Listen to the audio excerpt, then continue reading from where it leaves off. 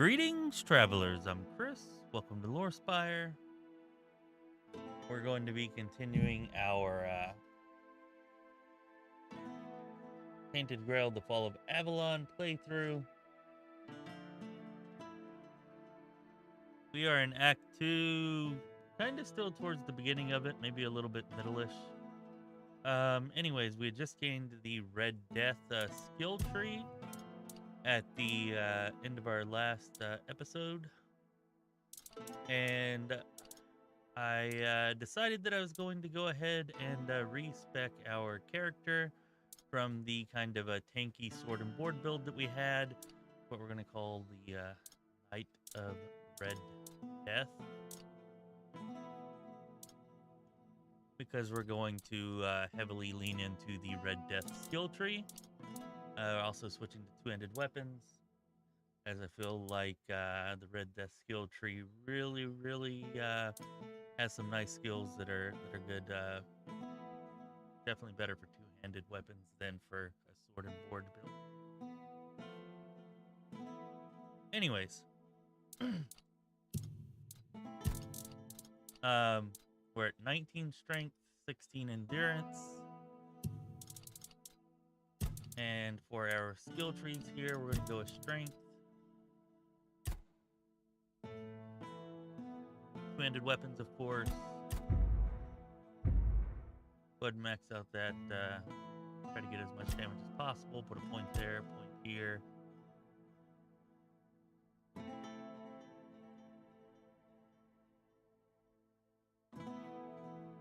We're going to go with Culling the Herd. 50% chance to deal critical damage if the target is below 50% health.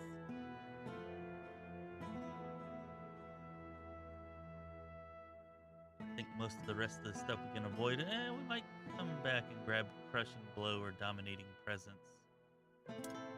Anyways, endurance, actually, we're good there. Dexterity, though.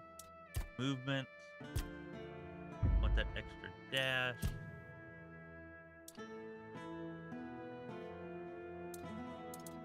Nothing for spirituality. Perception. Definitely going to take Cheap Death. Death is awesome. Practicality, we're going to go with armor.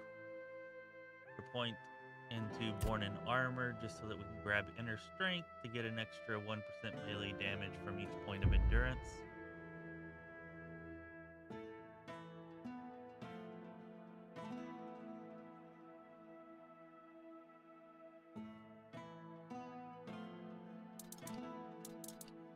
We don't really need anything else there. Miss anything?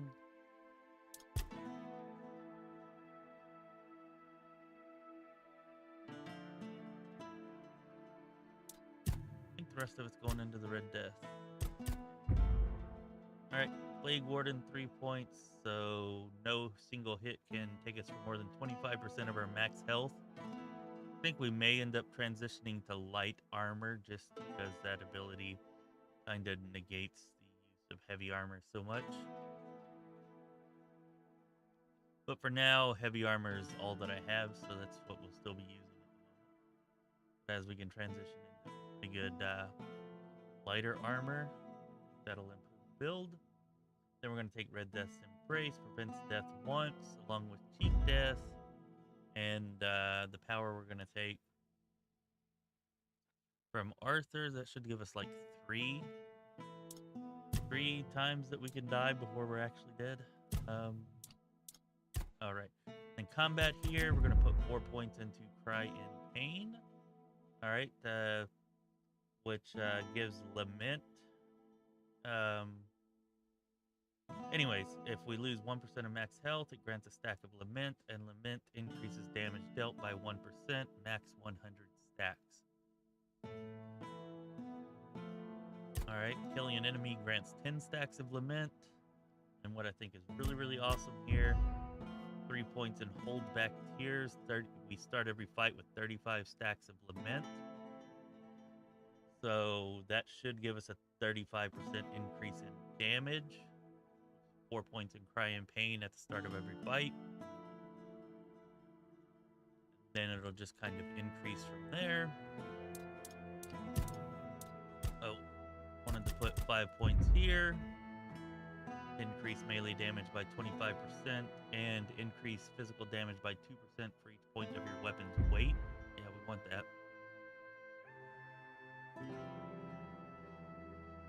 And then that kind of leaves us with 1 point left. Grab 7 more stamina, but yeah. 5% more health, but again, kind of yeah.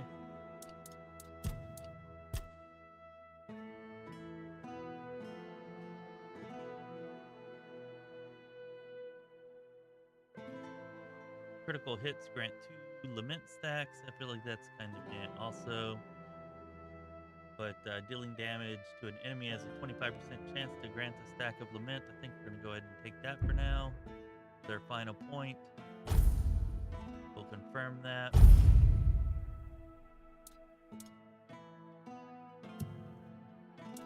I haven't tested this out either, so we'll see if it actually works or not. Anyways, we've got 2 points here for King's Soul.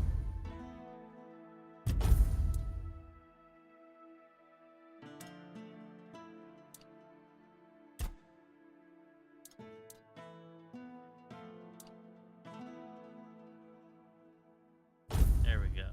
That gives us another way to prevent death.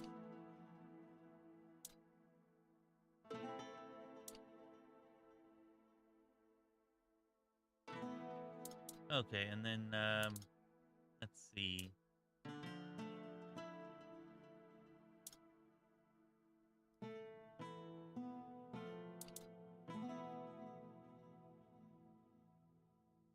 I think we're gonna take the Wyrd essence, and there we go. So that's our build as of now. Like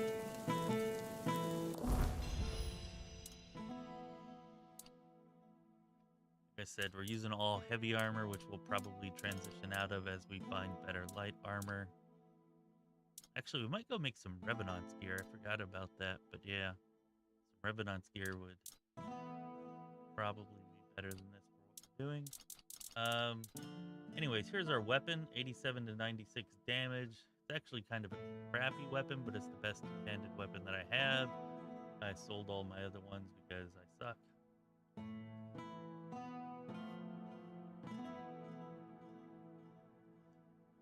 Well, I have had I have 3 ways to cheat death, including the cheat death skill, and I've had them all proc in a single fight before and didn't have any issue with it. So I don't know. We'll see if it causes problems. Maybe we'll go and change our build, but I haven't had problems with it so far. Not that I've tested it many times, but I think like twice I've had all 3 proc in a single battle.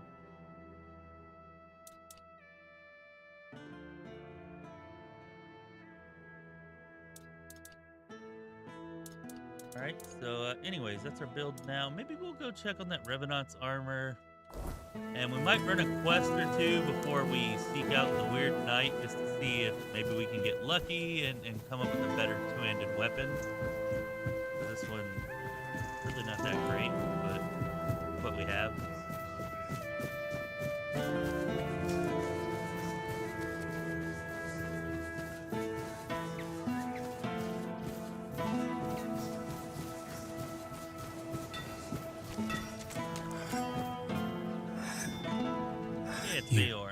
You found her, didn't you? You went to that cave and came out alive. So that means she's dead. She wouldn't have just given you my heart back. I'm not sure. I'm guessing some kind of spell. I can't believe love could ever be that blind. Sweet All-Mother, I'm embarrassed just thinking about it. She was a monster, as you know. A beautiful one, but only on the surface. I can't believe it's over.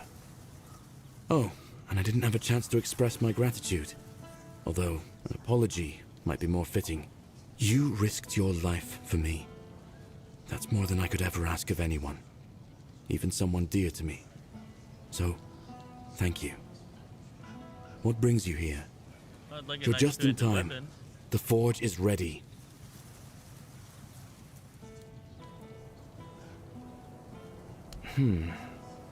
In my eyes, she never looked like a monster. I remember following her to that cursed place. When we were close, she touched my heart. I felt a great pain. And then I saw what she really was. I got scared, grabbed something heavy. I managed to get away, but inside I felt emptiness. Each morning after that, the burning of my wound grew more intense. He seems stern, but he's a good, hard-working man. This time, though, it's personal. As soon as I was sure I could swing the hammer twice, I got straight to work. I'm forging a new heart. I know I've only just gotten back the one that beats in my chest, but I can feel there's something wrong with it. It's weaker. I am weaker and unsteady. It's easier for me to grow impatient and angry. More things seem to cut me deeper. I feel like my heart is poisoned. Yeah, how will that work? Is it like a metaphor or a literal? So far, all my attempts have failed. None of those hearts had the spark a forged replacement ought to have. They were far too weak to beat in a blacksmith's chest. There's a legend about the Stone Wardens. It tells that they could forge a heart stronger than any other. A heart that could make a man invincible. Sadly, I don't know much more than that. Right now, I'm just banging my head against the wall. You even seem to have put a scar right where his heart should be, so that's a nice touch. Well, since the Stone Wardens are all Dalriata, my hands are tied. Vrel is the only person from the tribes that I know. A Dalriata selling books. And that's something, isn't it? I was planning to ask her about the legends myself, but maybe you could do it for me? Urfir will clobber me with his hammer if I shirk my work again. I don't know, a heart that makes you invincible. I might want that for myself. Thank you. I hope Vrel will be able to tell us more.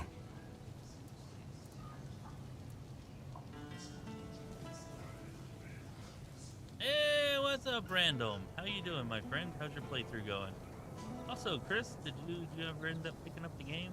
You said you were gonna pick it up last night. Or maybe my memory's failing. It hasn't been easy for him. His entire world has begun to change around him. You've seen what they did to the trees near Kunacht. For some reason, it pains Urfir no end. Even before I got sick, the Camelotians had commissioned a lot of work from us. I think he feels partially responsible for what's been happening around here. Oh, and as far as how's it hanging, I'd say short, shriveled, and always to the left.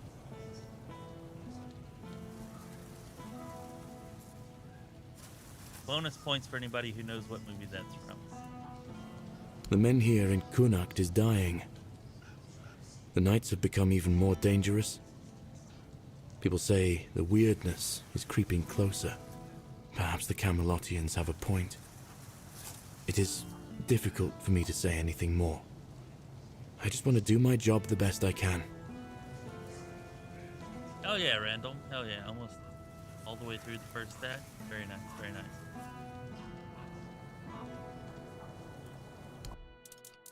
Oh, is that a two-handed sword? Oh, it is. Nice.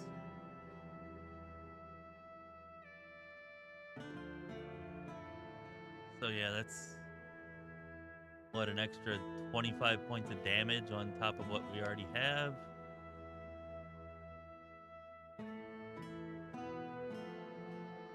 We might have to buy that just because we don't have any other two-handed weapon to go with.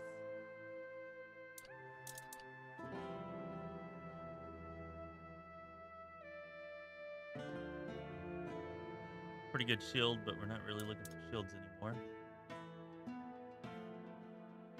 Damn, that is some nice armor. I mean, it's pretty freaking heavy, but an extra 35 health is... eh. Damn, 35 health is so much, though. That's like an extra, like, 15% health.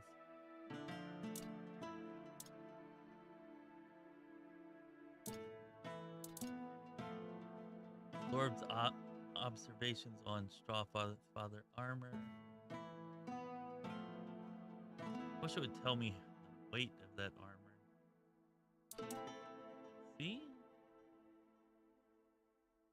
Damn, there's no way to...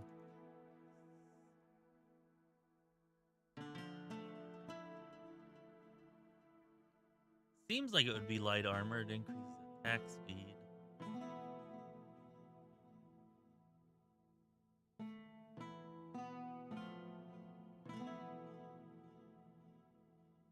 It's a lot of attack speed too. I bet the requirements are like dexterity or something though. Can't actually see. Eh.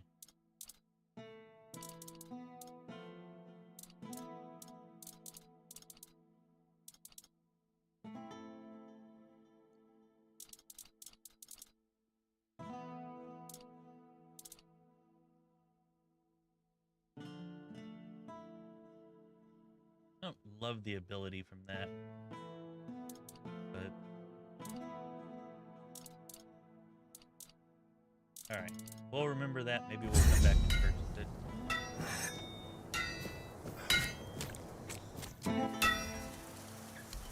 You have nothing to say to me.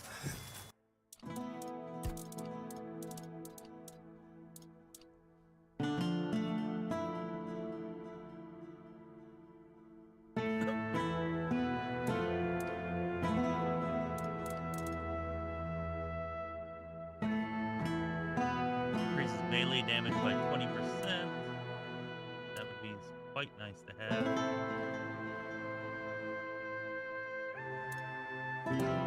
The cowl we don't have the stats for, so that's kind of whatever, although the cowl looks freaking awesome.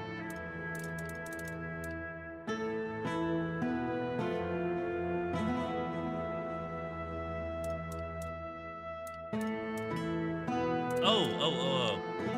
I also found a way to, like, increase your,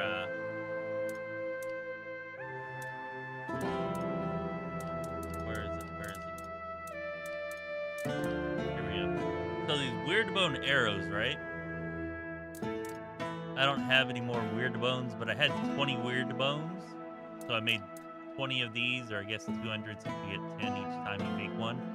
But anyways, these things sell for so much. 250. So it's like 5k gold from making 20 of them. They also deal 30 damage, which is freaking crazy for an arrow. But anyways, the really important part is that they give you like 180 experience for each one that you make. It took my my handcrafting. They're also guaranteed, like you can't fail making these. So they took my handcrafting from level 22 to 72, just making all 20 of those.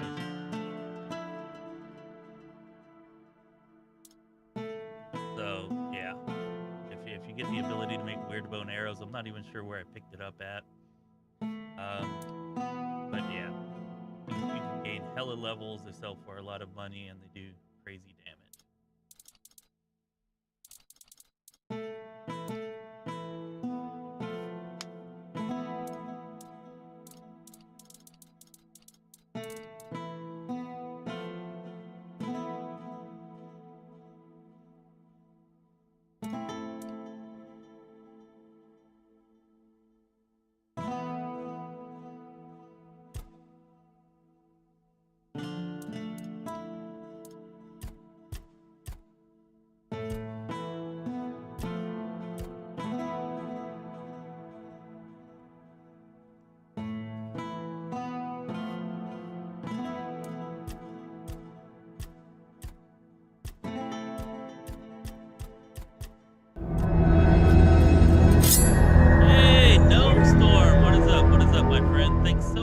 sub support. If anybody would like to go ahead and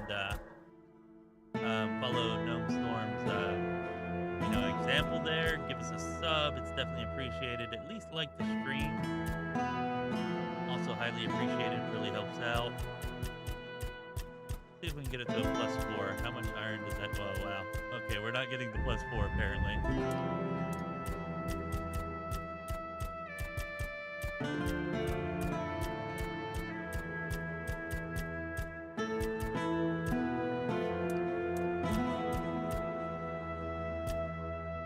Alright, 95% chance it better come out right.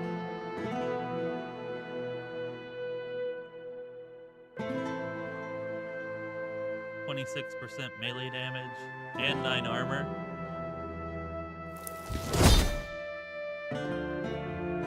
Nice, nice. There we go.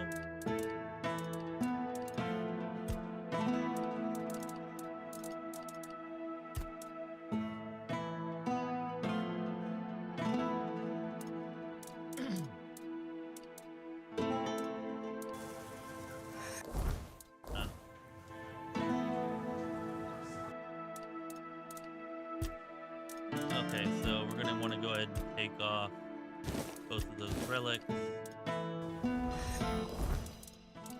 And then we're gonna change this so we save a pretty good bit of weight.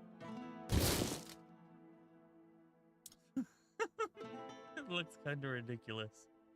Say it looked a lot better on my female character than it does on this one. We're still at heavyweight though, which kind of sucks.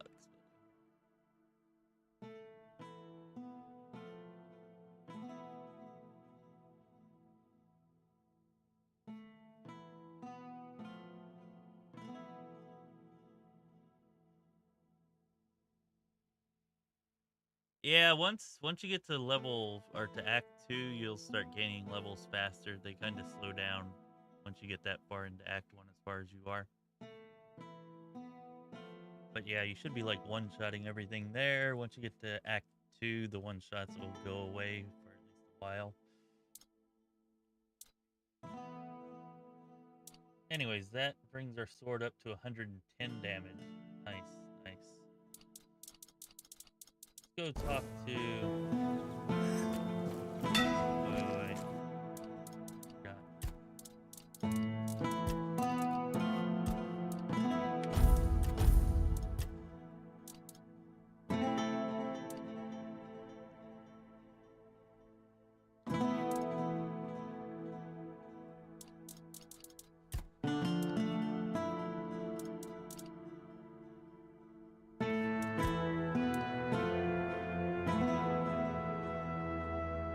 We're actually going to take stamina regeneration.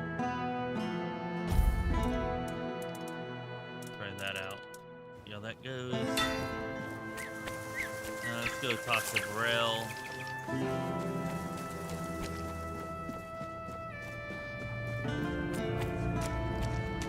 Oh, nice. Chris, your arm limit's closing. Nice, nice.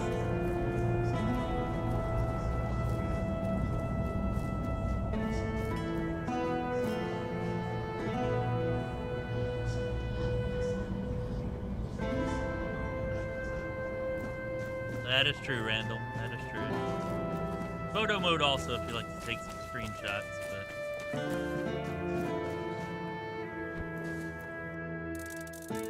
All's fair in love and stats, yeah, especially in stats.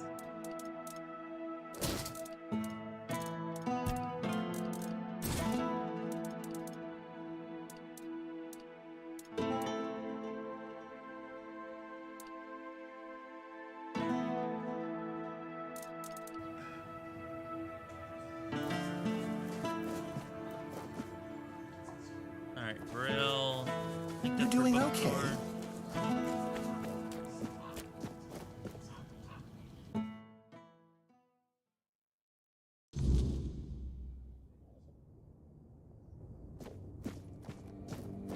Before you ask, no. I do not have any books personally signed by Merlin, nor will I fake his signature. Yeah, plus all of her porn got stolen, so why am I even here? This shop belonged to my late husband. I was a mercenary hired to protect the caravan. He was a fine older gentleman, fascinated with a Del Rita lass who shared his love for books. It was a lethal combination for my poor heart. We didn't get near enough years together, but we were happy. We didn't have much family left, and they couldn't care less about this place, so he left it all to me.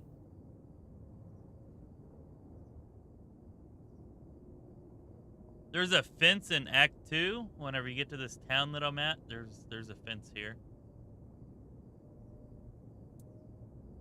Well, I can't just take the shop and hitch it to a cart, can I? Although I suppose that might be more or less what I need to do. I didn't hate living here, you know. It was fine when my husband was still alive. I even thought people were starting to warm up to me. And then he died, and the respect died with him. And then Camelot arrived. Everything just went downhill for there. I mean, there's probably a fence somewhere in Act 1 too, but I'm not aware where that might be. Okay, well, she has nothing, no options to ask her about what you want to ask about.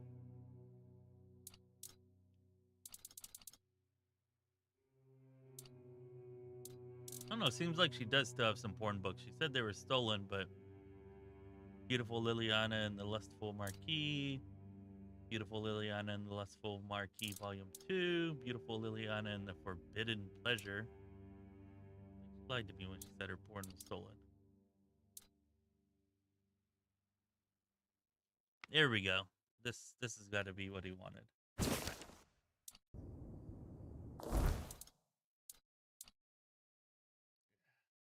So ridiculous.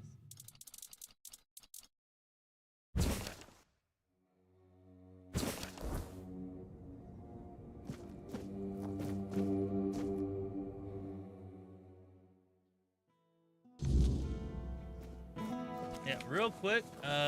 You do it, okay. To show you where this is at. So you'll be coming the way that I came. The main gate just above the Del Rita, well, the All Mother base in Act 1. You come through there, you just head this way or this way. You end up here, where I'm at.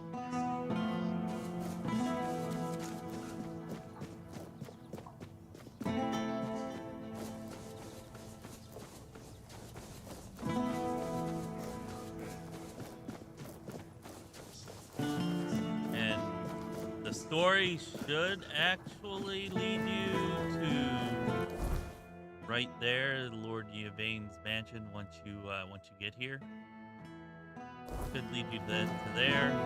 So whenever you leave the mansion, just come across the bridge here.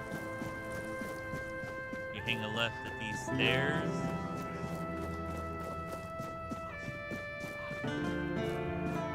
Come right down into here, and filth is a fence. First and foremost, I am filth. And filth is at your service. Heavy souls don't rest so heavy on filth. Guards don't see filth. Their eyes glaze over when they look in filth's direction. You can loot stuff that's in here, including a pretty good dagger. Sells for like 800 gold if you're not using daggers. And then he sells some items. He sells a Death's Whisper consumable, which is a consumable that lets you auto kill an enemy if you sneak attack them after using it. What I used to kill the Plague Wraith, and Nathan confirmed that he used it to kill the Wyrd Knight, that four-armed spirit knight that chases you around at nighttime. So you can use that to kind of one-shot him and kill him if you want.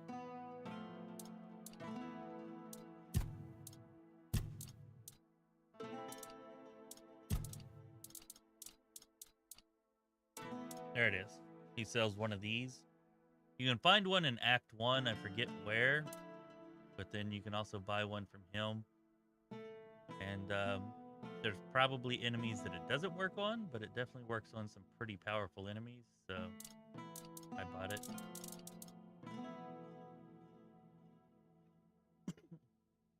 Hey, what's up, Meepo? Yeah, that's kind of what we done. We gained access to the Red Death skill tree in the last one, and we went ahead and respec'd and went kind of heavy into it. Changed to two-handed weapons, and yeah, we're gonna be an Avatar of the Red Death type of thing going on here. We're gonna pit our build against the Wyrd Knight that runs around at night and see if we can beat him. I think we can. If not, we've always got the Death's Whisper over here. Fall back on. I'm gonna try to not have to do that.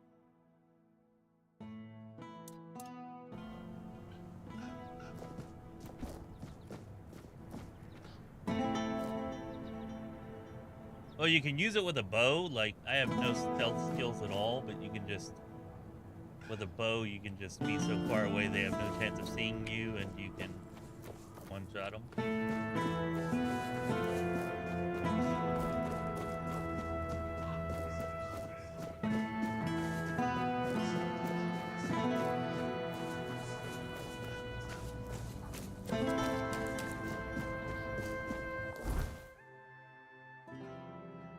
Okay, let's go see Bior and see if this book is what he wanted. I think it probably is.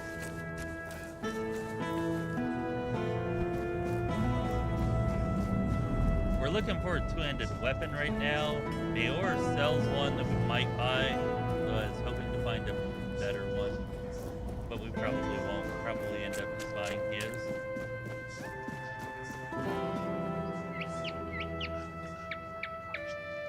Yeah, I've seen a few pretty strong magic bows. There's one you can get that's pretty strong in Act 1. And then I found one here that shoots an additional arrow that does 50% damage, so that seems pretty good. Although it requires spirituality. Got something for me to look at? Both of those bows actually do, now that I'm thinking about it.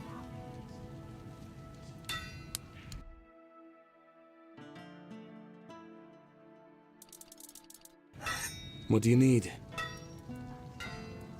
Can I just sell him the book, maybe? I don't know.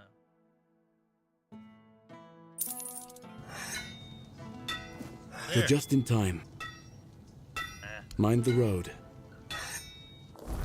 Told me to find out more about the Stone Wardens. I did, and one of the broken quests or something. Maybe it wasn't.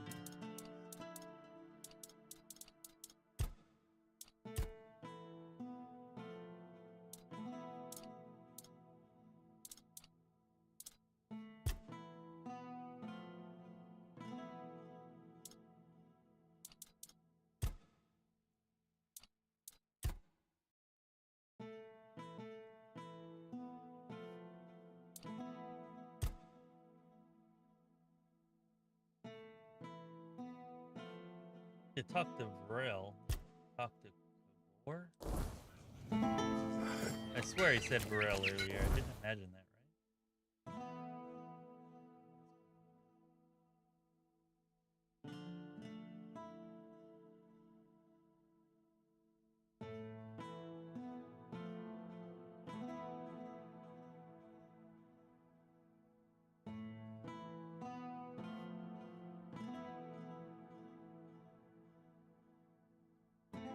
No, or Kavor. Oh.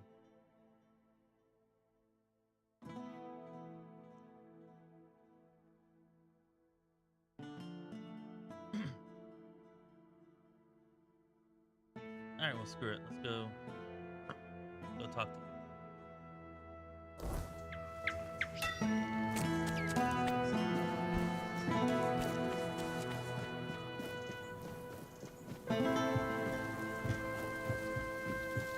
Did you find the battle mage gear in the druid? Where is it? Right here, Tomb of the Good Druid. There's like a full set of battle mage gear in there that's pretty good.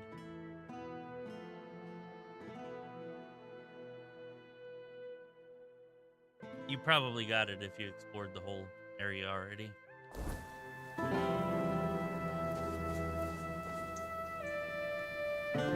Hey Nathan, yeah, I gave up on the summons. I had pretty much maxed out the summon tree as well. I only had spirituality at level 11, but I don't know. I did try that. Like, nope, we're gonna respec and try this red Death Knight kind of build. See how it works out.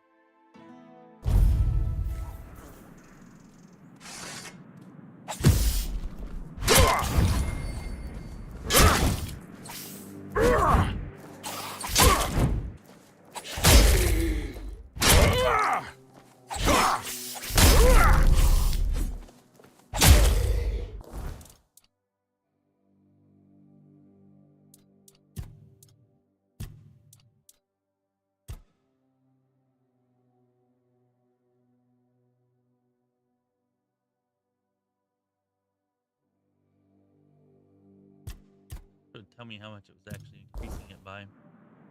Apparently that does not last very long. I was expecting it to last longer than that. 3.1 seconds, not very long.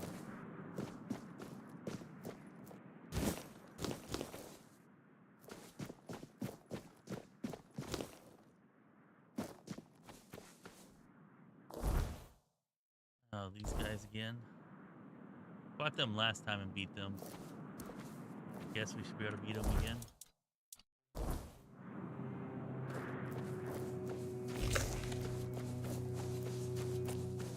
Remain vigilant. Show me what you are made of. Your gold belongs to us now. Your armor won't save you. Your money for your life.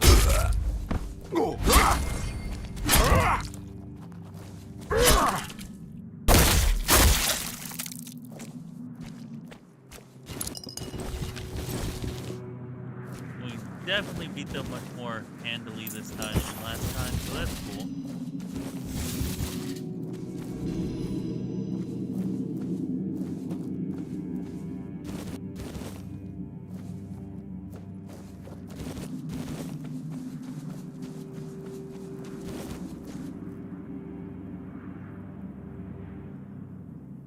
Red caps are kind of annoying. Once you get used to fighting them, they're not too bad. Also, once you gain up some levels, because they're usually only difficult whenever you first run into them.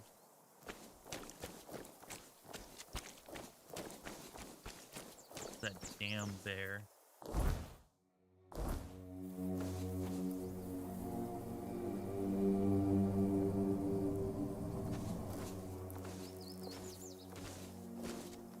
Hey, you already finished your playthrough, Meepo?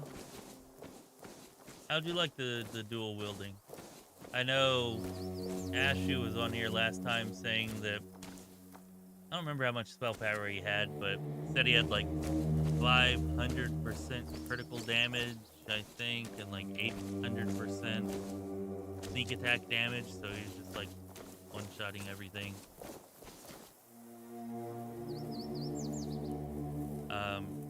At least whenever he gets sneak attack.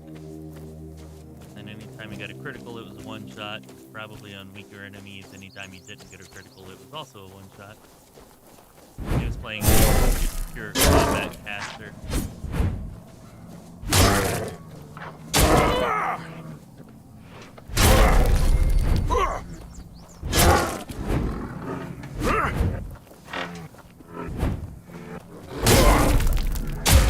Oh, nice. We are kicking bear ass now. Very nice. Last time we fought that very same bear, of course, it was like 3 or 4 levels ago, but yeah, that was a much longer fight.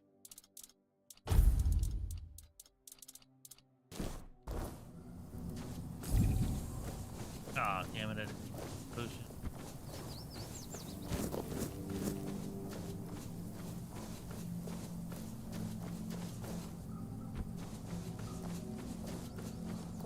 Are they gone? What? I thought I was done for. Thank you for stopping. My name is Lemuel. I'm but a humble servant on a pilgrimage for the glory of King Arthur.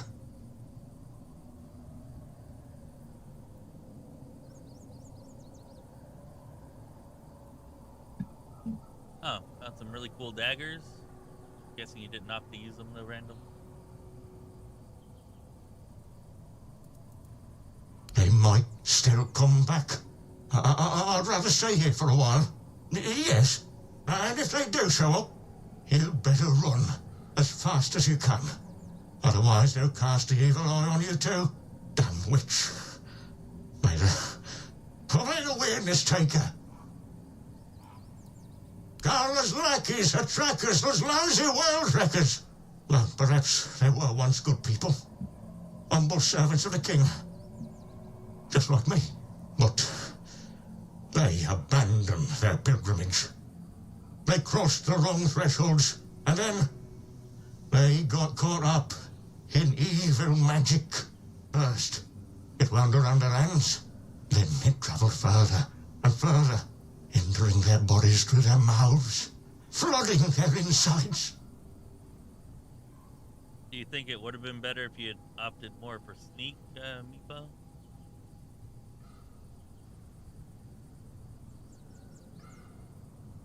Oh, that's interesting. Nathan, did you find a way to actually make sneak attacks work with daggers, or you're just sneak attacking with bows and then switching to daggers in melee?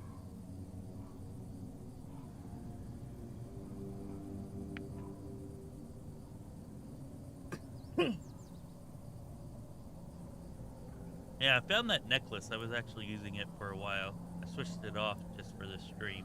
But... She's trying to finish what she started. She wants me.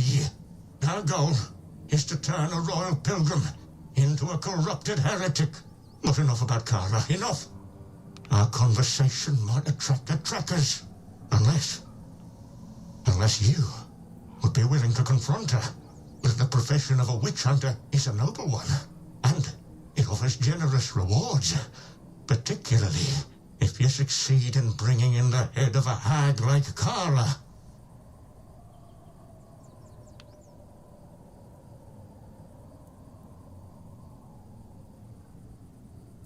Huh? Oh, if we're bargaining, then you must be seriously thinking about it. I promise you mountains of gold, but alas, I'm just an old, humble pilgrim. However, I do possess a very special relic. Something perfect for a brave soul like you. That's what I can offer. Oh, well, decades ago, I fled my village.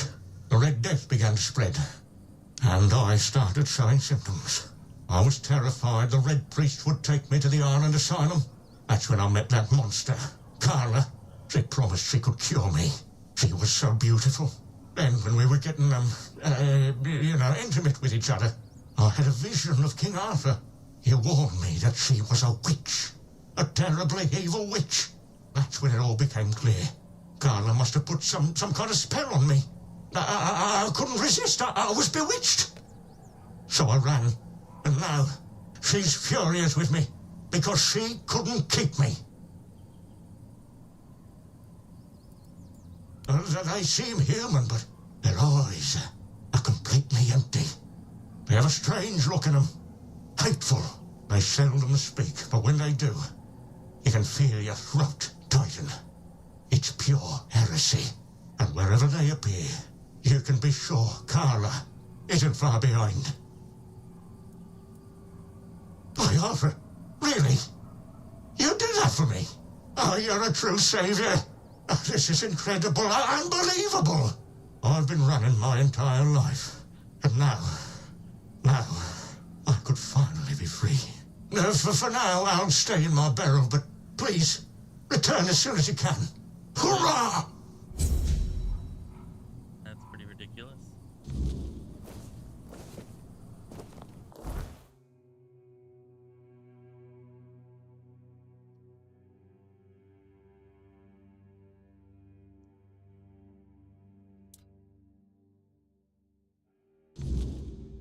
Alright, well, that's what we came for.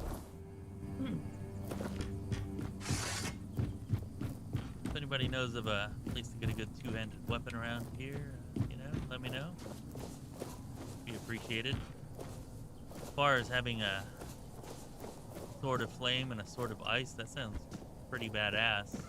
Just keep upgrading them to keep them up to date, or were they more like in-game weapons that you just kind of ended up with?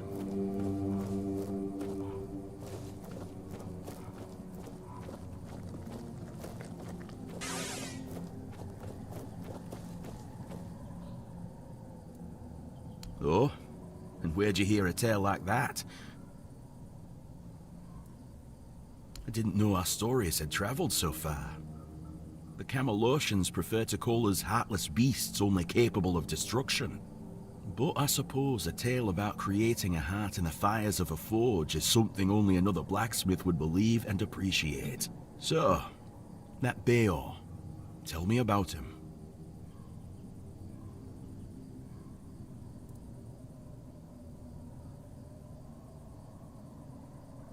Aye, that's the way of it. A heart given to those creatures is never whole when it returns. If it returns at all, they drain every joy, every spark, leaving what's left little more than a brittle husk. I'm sorry your friend bears that burden. He used iron, didn't he?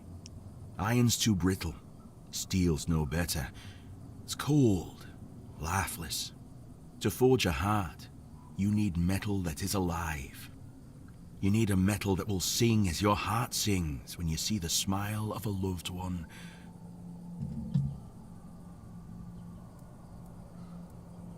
Twice. Once for a man whose wife's heart had been frozen by an ice weaver. He feared it would shatter, so I made her a new one. The other, well, it beats in my beloved's chest as his beats in mine. Both forged in the same fire, bound to the forge as much as to each other. Wyrd steel, of course. Only a stone warden knows how to shape it properly. It's an art fewer of us know with each passing day. Wyrdstone doesn't sing for just anyone, and we've sworn to guard its secrets. Once we have the Wyrd steel, it must be woven with ethereal cobwebs. Threads that will give the heart its strength. Bring me those, and I'll forge the heart.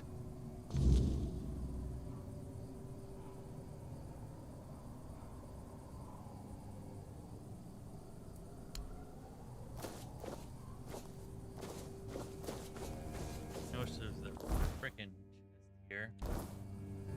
I have all that stuff in my chest.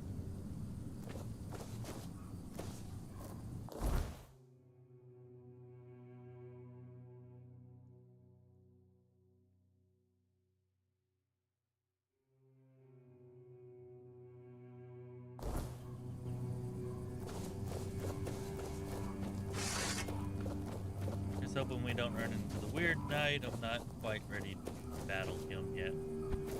I'd like that better weapon first.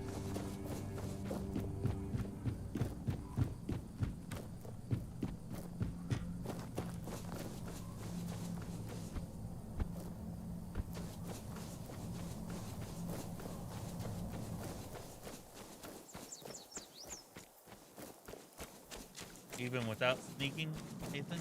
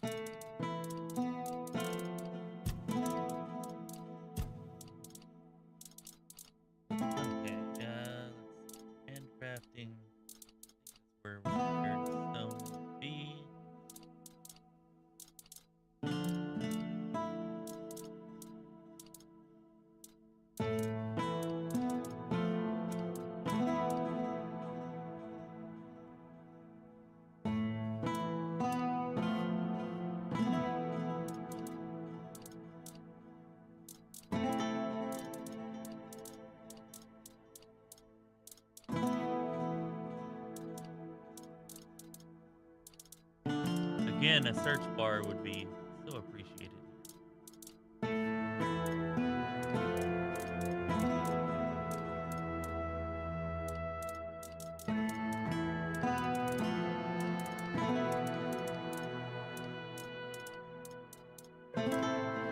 Ah, there we go. Weird stone.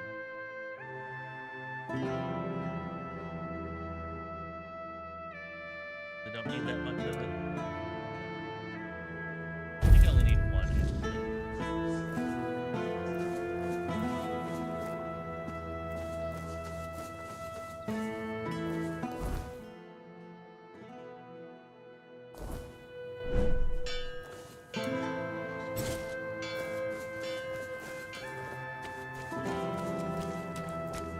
Pretty sure one of these vendors is open at Oh, night. hello there.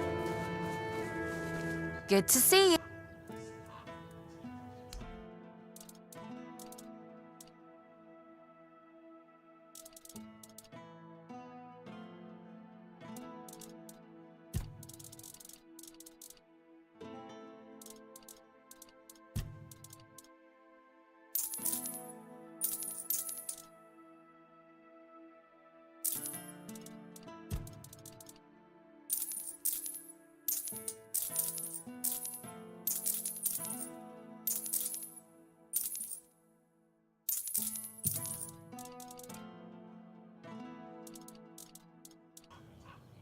Good to see you. Yes? Did you manage to scrape together? Fantastic. If you don't need something, you can always sell it later and even make a profit. Let Alwyn know I'm in, and I can't wait for my... There's always treasure for those brave enough to look.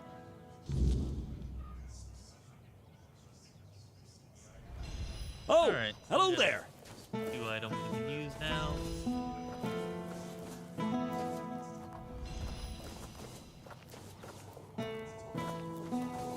Hello. Come in. What about it? Then what do you... Alright, we're gonna go find Robbie's bow. Anyways.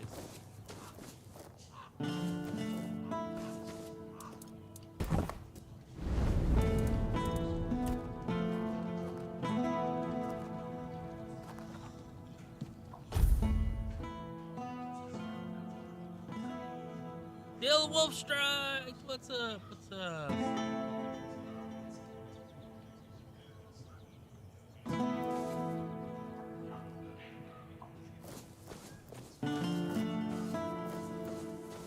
I don't know if you're live or not, Deal, but I think I am.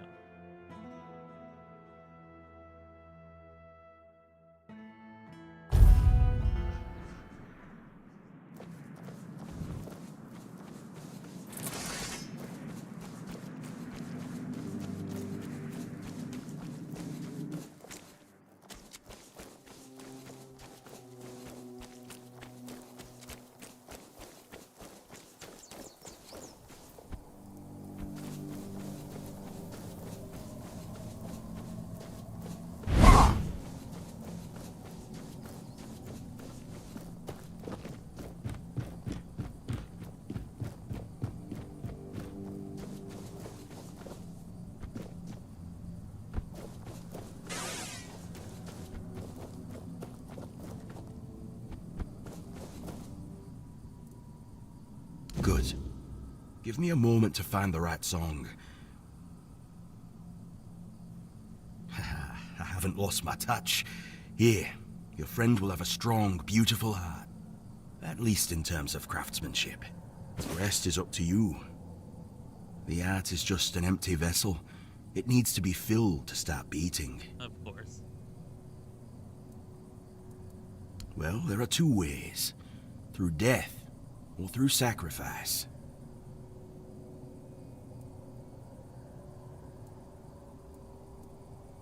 You can pour some of your own life into the art. It'll weaken you, sure, but I'd say some sacrifices are worth making. Besides, I believe it will give you another kind of strength. Something far more valuable than what you've lost. Alright. No, of course not. You can fill it with the life of creatures you kill, but it'll take some time. A life torn away is far less willing than a life freely given, and I can't say what effect it'll have on Beor. It's not a method we use often. Then he'll have a cold lump of steel in his chest. What do you think?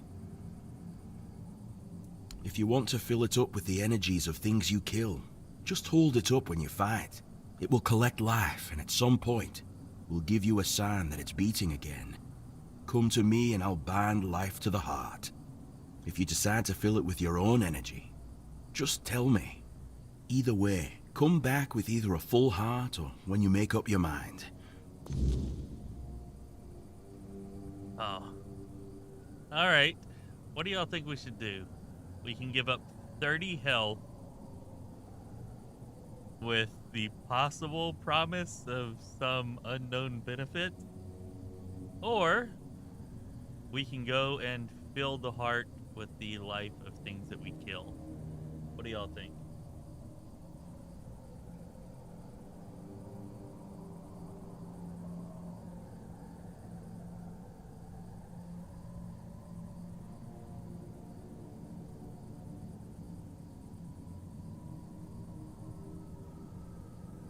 I think that's further along than I'm at, Nathan.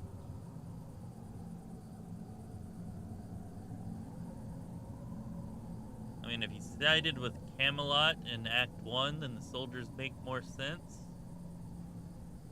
Otherwise, maybe the druids.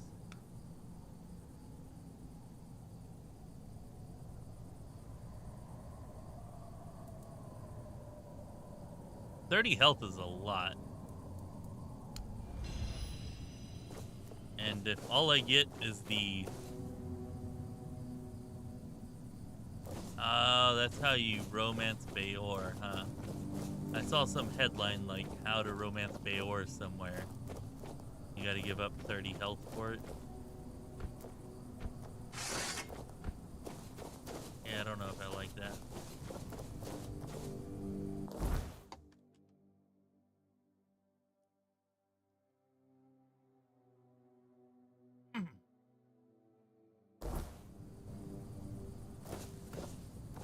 Let's see what's in this tower up here. Let's explore a bit. Probably more Red Death flunkies, maybe?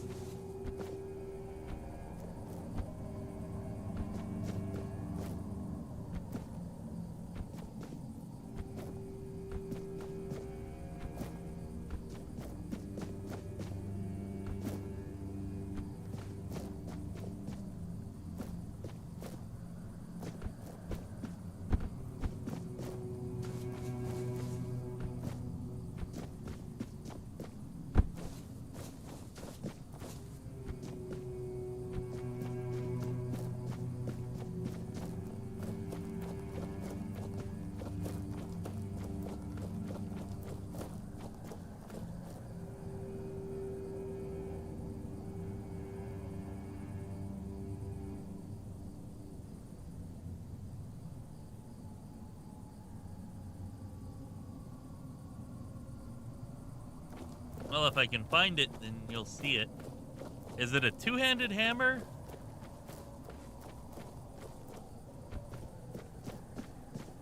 Because I might be able to deal with a little Beor Levin for a nice two-handed hammer.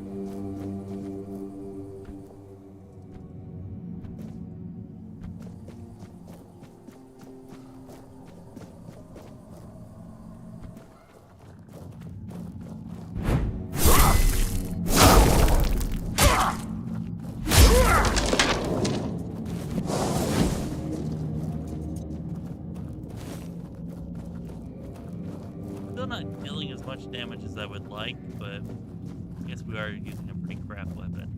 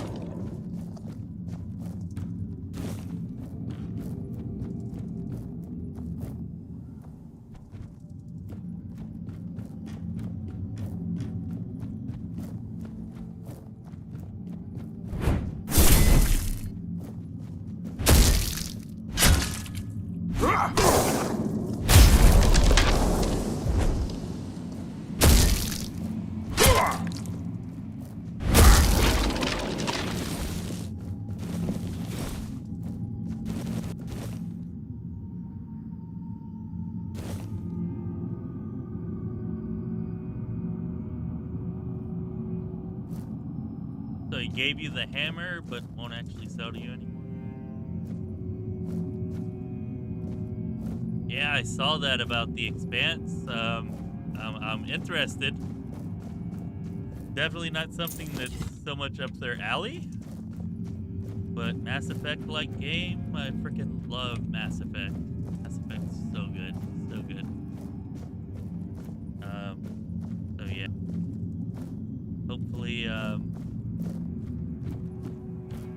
Hopefully they can make a game that, if they can do well with that, then that opens up all kinds of avenues for them. That'll be pretty impressive, given that that's entirely out of their wheelhouse based on what they've created before.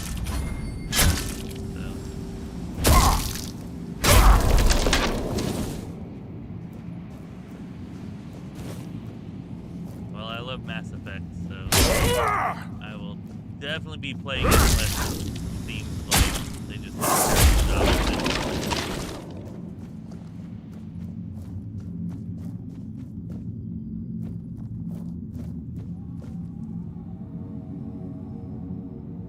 I've never watched the show, so yeah, I have no idea about that. I just read an article about it. You know, they explained that it was kind of Mass Effect-esque, and I was like, yes, please. Assuming that, you know, they do a good job in it.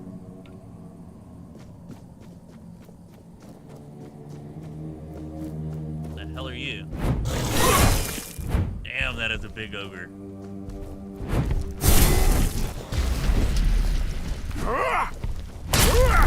You're gonna be super easy to defeat, though, if you're just like a regular ogre but bigger.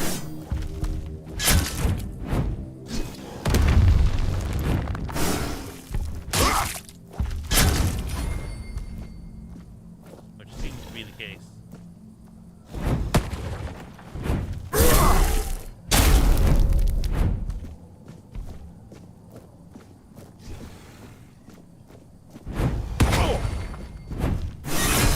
Bullshit, that hit me.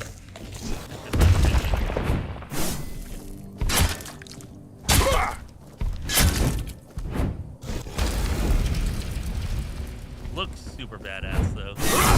That.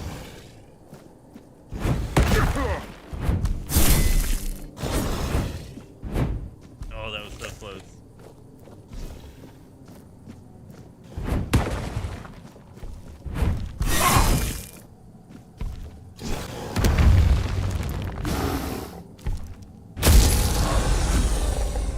Level 33.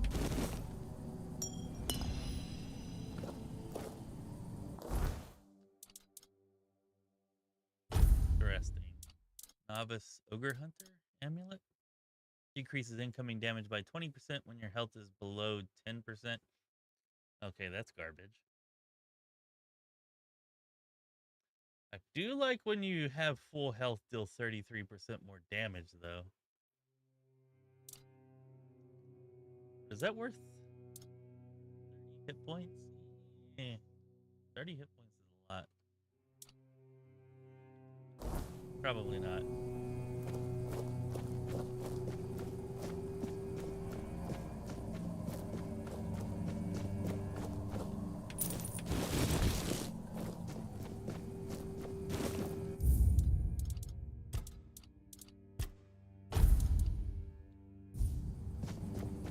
Anyways, this is like the upper castle area you couldn't figure out. This seemed pretty easy, so I'm gonna guess that you did get this one.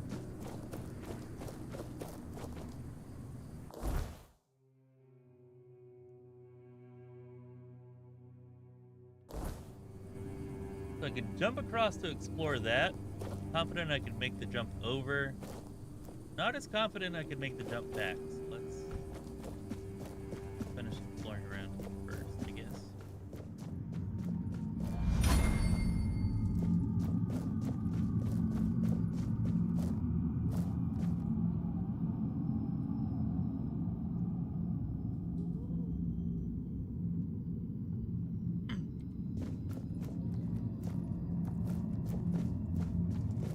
I might have to go try to watch the show now.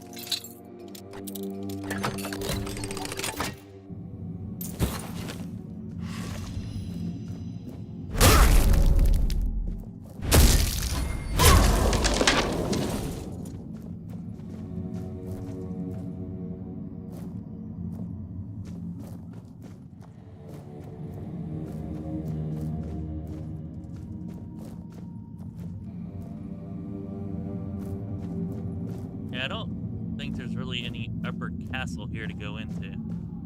Whether I'm already at the upper castle or I don't know.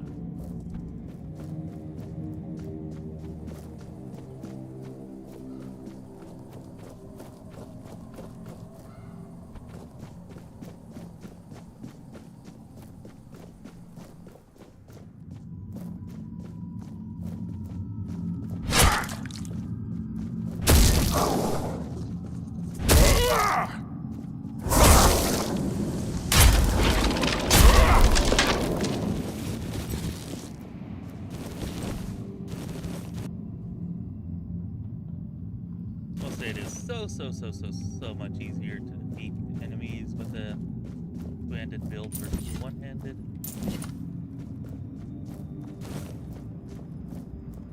That's the part that I've already been to, so I've already been through all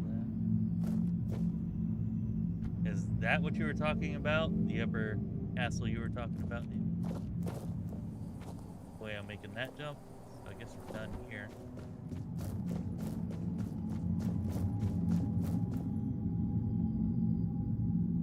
Yeah, I gained a level just a while ago.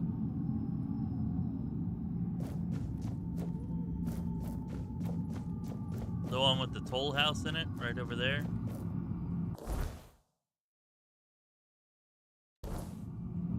Yeah, probably that you're talking about. Ah, sword.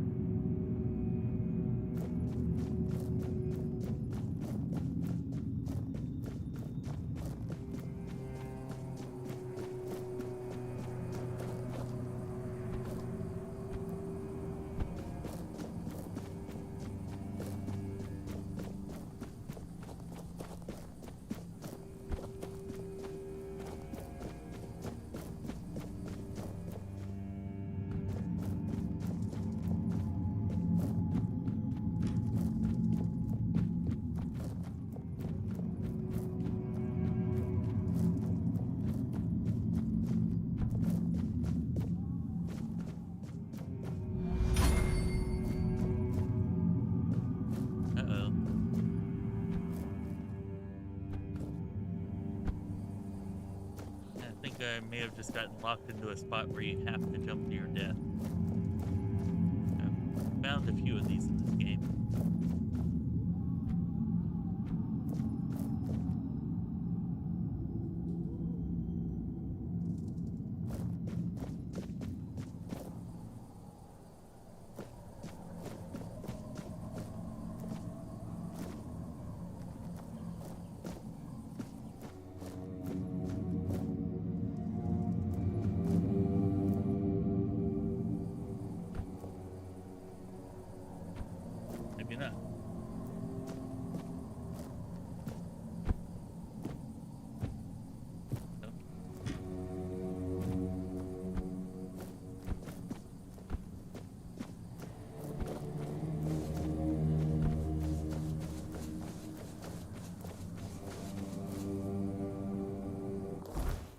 I just realized I was supposed to be holding the heart in my frickin' hand that entire time.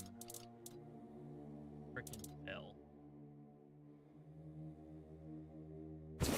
That means I need a one-handed weapon. Just specced into a two-handed build, and now we have to use a one-handed weapon. Phenomenal.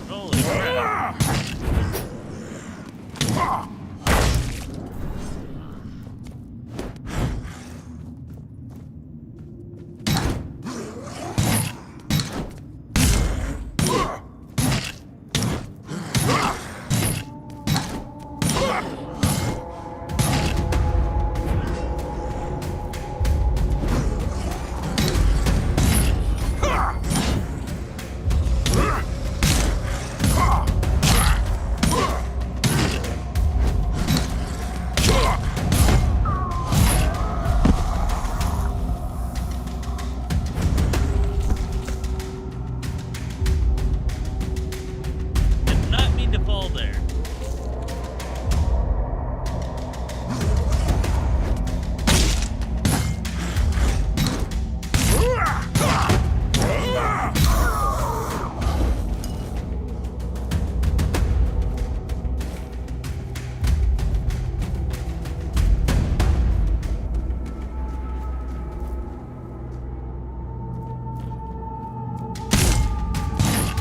Ah, they found me.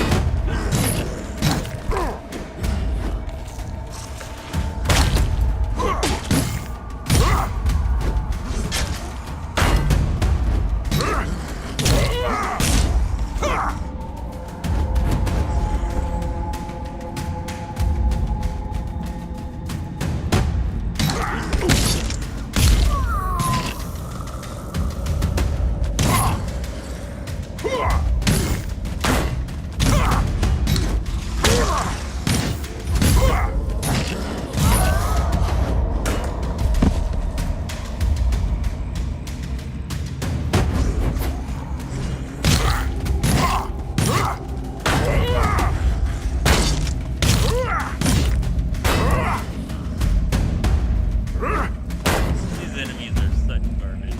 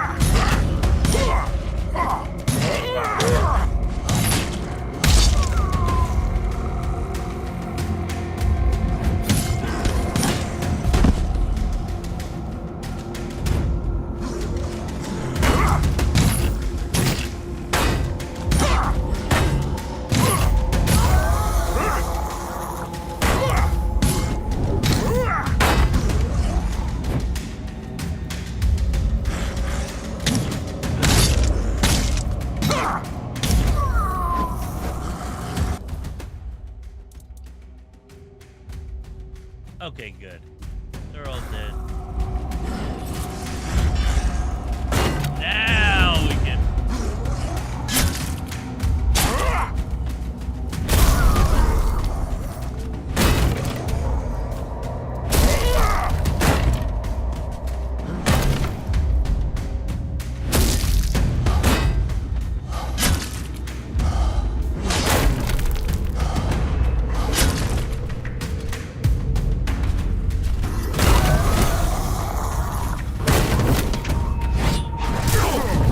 Oh no, not the fucking Wyrd Knight, really? Bullshit.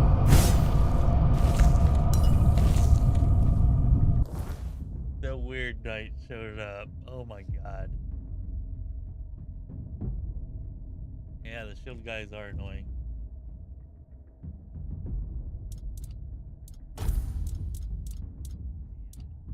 Showed up. We do not have a two-handed weapon that's worth a shit.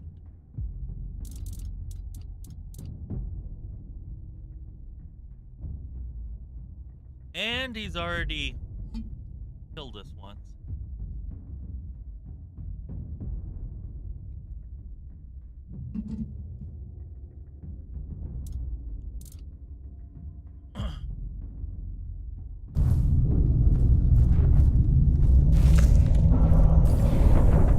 Where's he at? There he is. Are they fighting each other? That's interesting.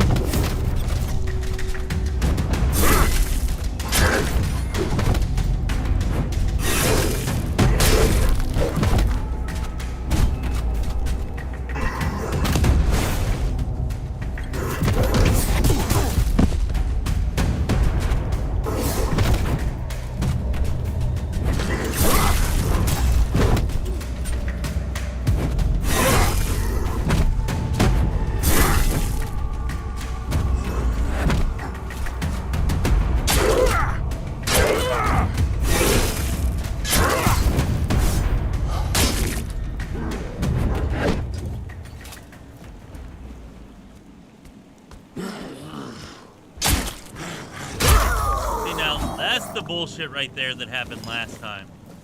You fight him for 5 minutes, you use a ton of resources, and he fucking disappears. That happened to me in Act 1. I fought him for a while. I was only like level 25 or something and fought him for, I don't know, several minutes, and then he disappeared. I didn't do nearly as much damage to him then as I did this time, but I don't know, maybe they do that because they want you to be able to deal, I don't know, they want you to be able to deal damage fast enough so that you can't just wear him down over time. I'm not sure, but it's pretty fucking cheap, and I don't appreciate that. Annoying as shit.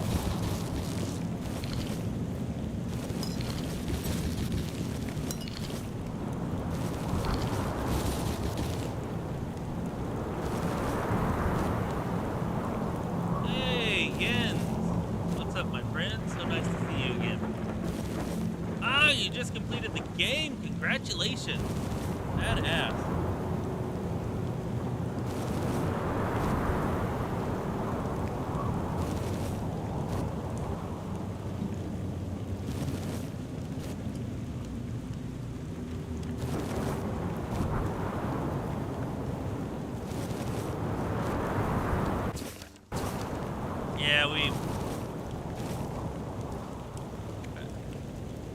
I think if you stack the deck, you can actually stack the deck much more in your favor, at least according to Ash, who's sometimes around here.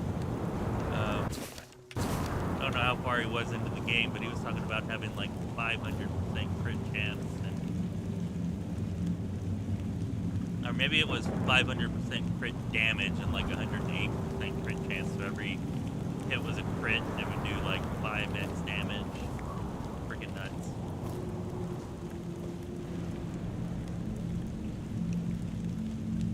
Oh, I thought 50 was the level cap. So you can go past 50. That's cool, I guess.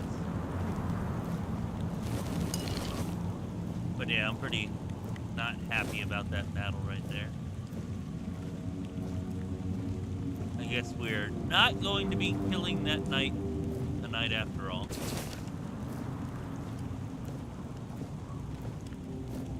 If it had just stuck around, we would have, but oh well.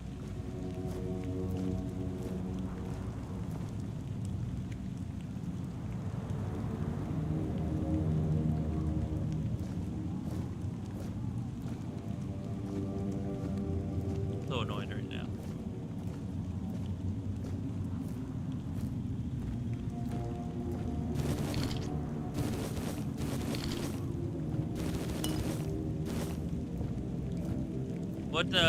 What build were you playing, Jens? Mage, Banded Warrior, Archer, something else?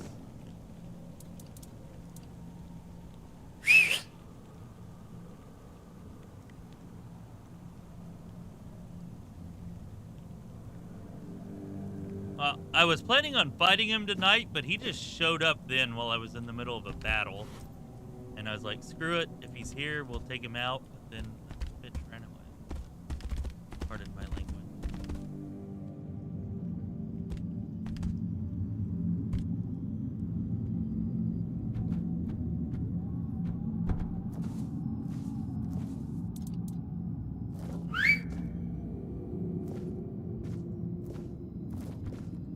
I gotta get far enough away from the first, I guess.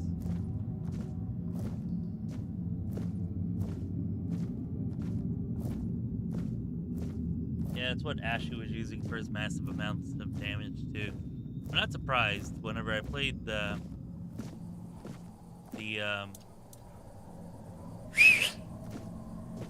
early access builds, like straight magic always seemed to be the most powerful. They have so many new spells. I really wish I'd kind of gone magic for this playthrough too, but oh well.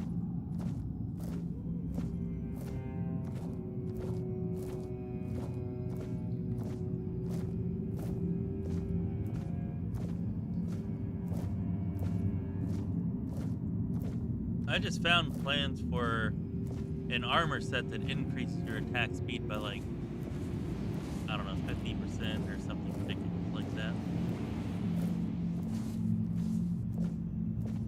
Whenever you add all the armor pieces together.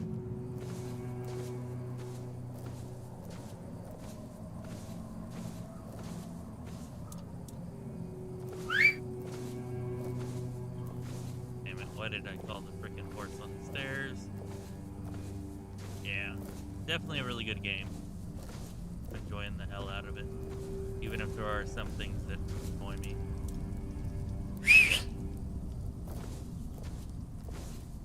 Finally.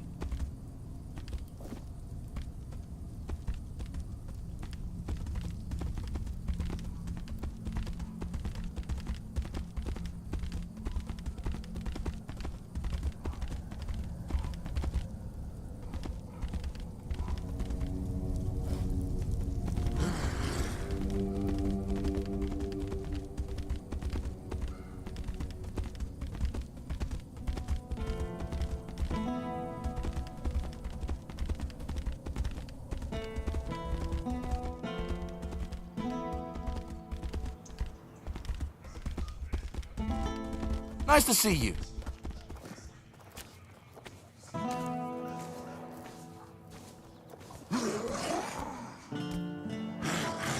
My plan was to never use it until Nathan You doing clued me okay? in that whenever you're overweight, you can use your horse to, you know, get back to town quickly instead of having to drop your stuff. So that's pretty much the only time I use it.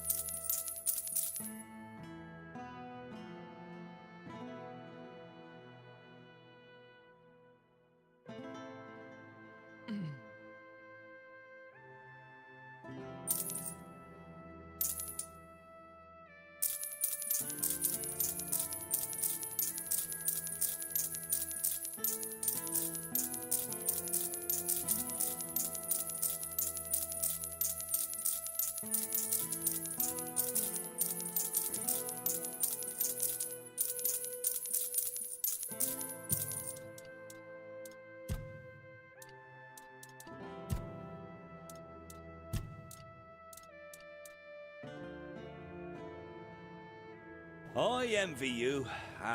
If I only had access to bows like this when I was younger. What the hell? Alright, bug alert? I Always a guess? pleasure to see you.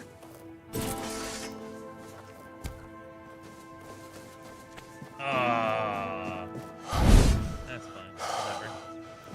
Whatever. Always a pleasure to see you. I did not do the Mushroom Kingdom. I do have a quest to make mushroom juice and go on a magic mushroom trip, which I was thinking about trying to do in tonight's episode because I thought it might be funny or interesting or something.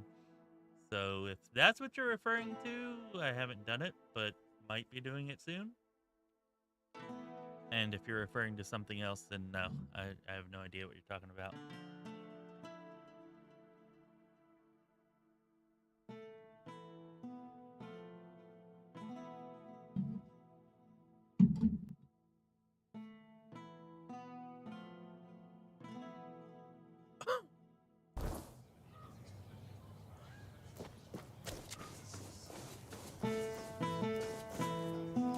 Good to see you. Appreciate that, Jens.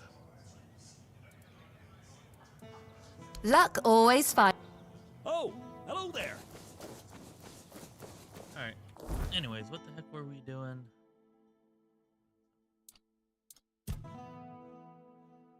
Oh, right, the heart. The heart.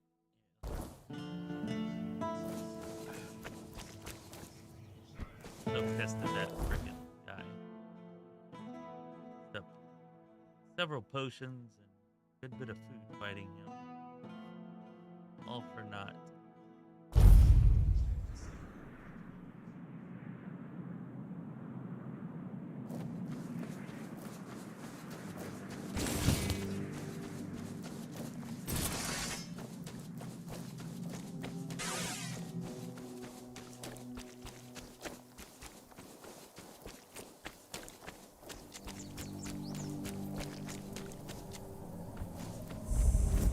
really looked at this area here. Let's see what this is. Derelict Amphitheater.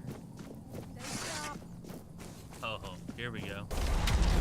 Oh, damn it. The gold belongs to us now. You're, bounty, I see. Oh! Yeah!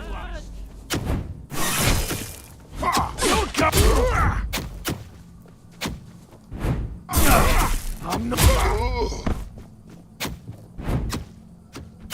Your money.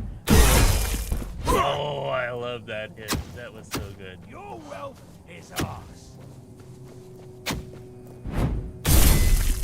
Nope. Don't think it is.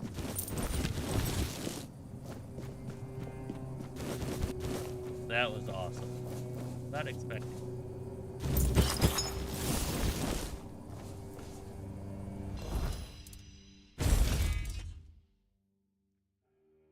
Is that the Frostblade you were talking about before? I'm guessing it is because it says does extra damage if paired with the Inferno Blade, so yeah.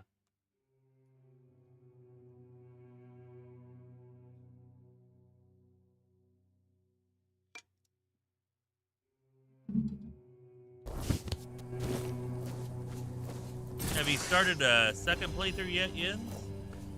If you have, I'd be interested on your take of replay value. So.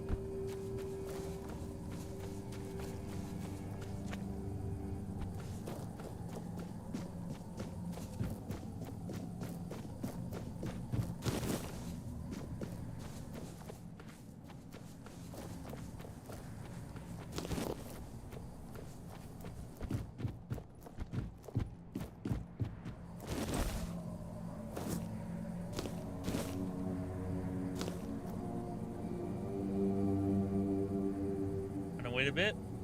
No. What other games do you plan on playing in the meantime?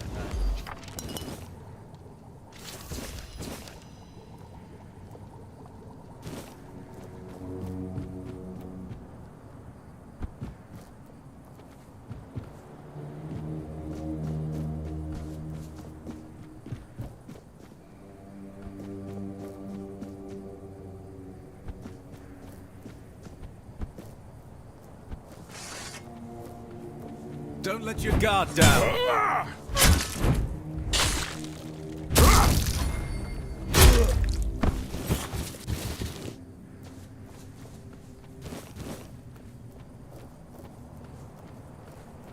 will say, as powerful as magic is, and as much as I would love to try out the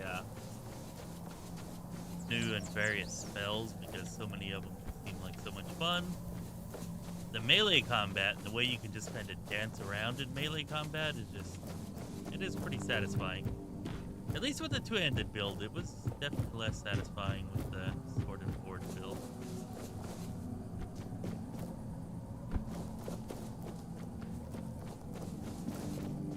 Gotta say that's my least favorite build so far.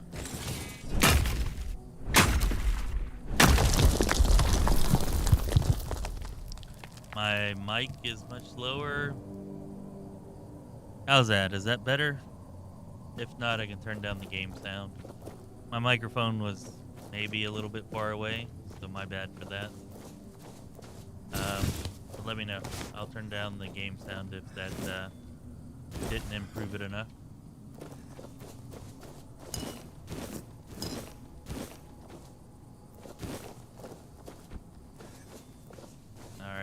Thanks for letting me know.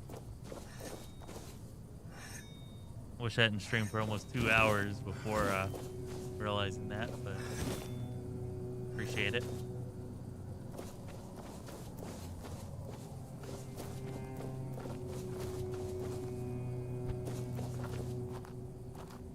Ah, so you've chosen to wrangle unwilling lives and cram them inside. I can almost feel them churning within. I'm curious to see what will come of it. Here. This is no peaceful heart. I hope your friend is strong enough to tame it. It was a pleasure. Give Bayor my regards. I hope his new heart brings him happiness. Well, considering that it's filled with the life essence of the dead and dying, maybe not going to be so great for him, but better than nothing, I guess. I hope. I don't know. We'll see.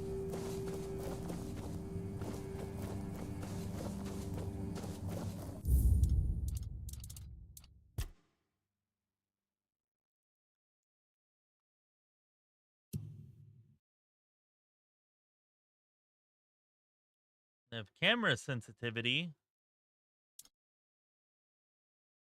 So I would imagine that that would adjust the, like, yeah, I think that's probably what you're looking for.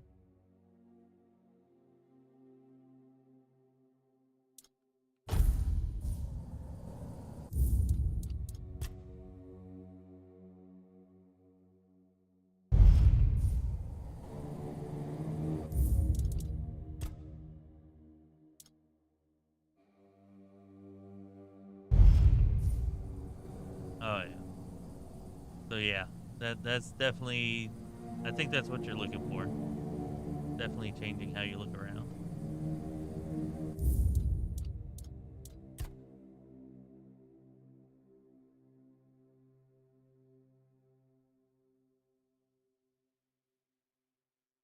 I think it was at 100% before. I liked it where it was at.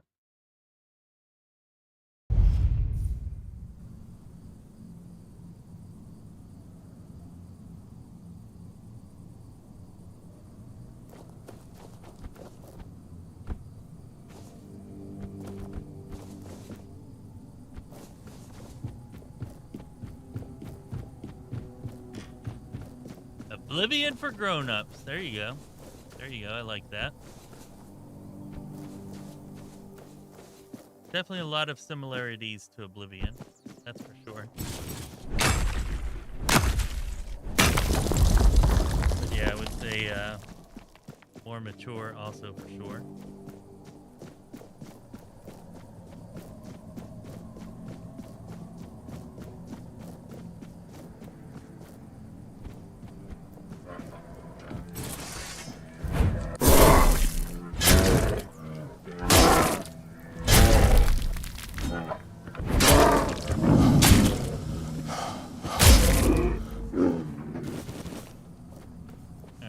Feel like a little bit of a badass. Just coming in here and jolly stomping the bear like that.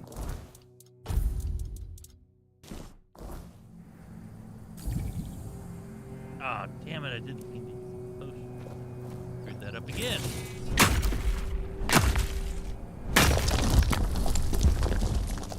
Oh, a one-night stand. Nice. No, that was possible.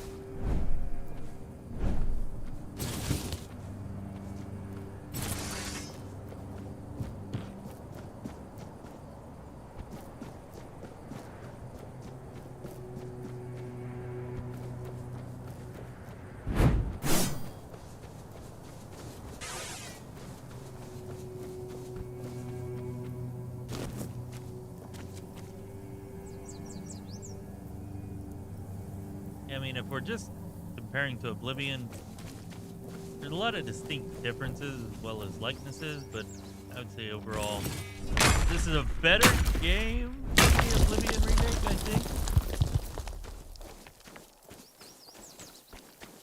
I think you can make a much stronger argument for the original Oblivion being a better game than you can for the Oblivion remake being a better one. But I definitely like both, and I'm glad to have played both.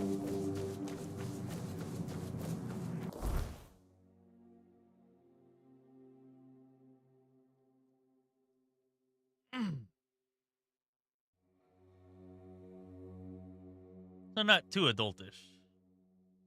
Like PG-13ish versus rated R or NC-17 or X or whatever the rating you would give to a game like Baldur's Gate 3 or Kingdom Come Deliverance 2, something like that.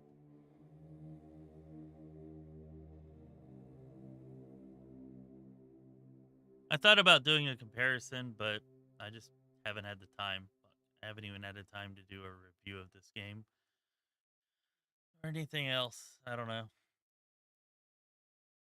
Seems like we're not going to be getting a whole hell of a lot done here on the channel other than streaming a few times a week, at least for a while. Damn, having a real life sucks. Or I should say having a real job sucks. Real life.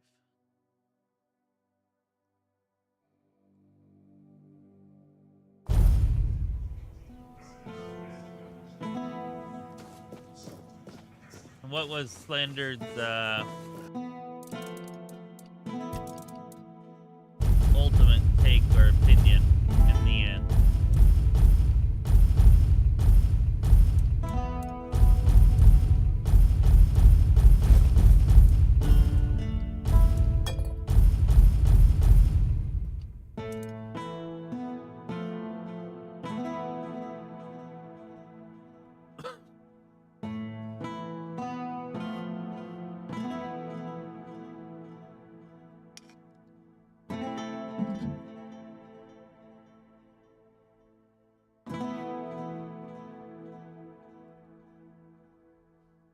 Yeah, it definitely would have looked better in Unreal Engine, but we got what we got, and I'm glad that we got it. Would have looked better in Unreal Engine, but I'm sure they had You doing okay? their reasons for Unity, which, as I understand it, mostly that's the engine they knew, which probably made it just much more realistic to use.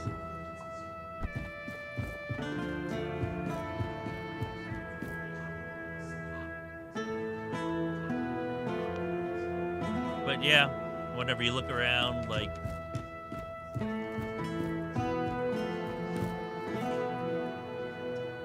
damn, these are like PS3 era graphics? Maybe early PS4?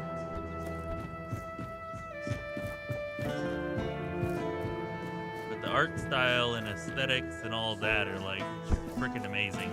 But yeah, the way that everything's rendered is certainly not top-notch quality. Oh, hello there. It doesn't really bother me all that much, to be honest.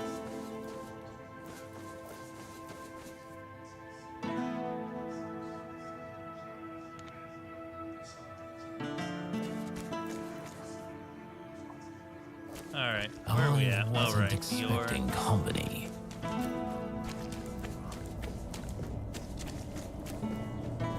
See what this. If he refuses to sell me that damn sword after I give this to him, I don't know. Hopefully, whatever hammer you were talking about, he'll give that to me, and it'll be a nice two-handed hammer. I actually want to use two-handed hammers instead of a great sword. Hammer is the weapon that I do want to buy. Wait. You're just in time. The forge is ready. What? That's amazing. What materials did he use? What else was needed? Did he tell you how to make it? Oh my. I have so many questions. But those can wait. First things first. For this, I will need your help, my friend. Once more, as always. So, shall we begin?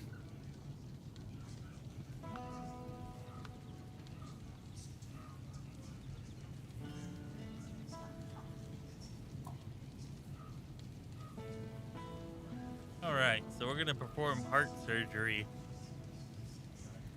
in a day and age where, I don't know, a severe splinter could result in infection and loss of limb or life?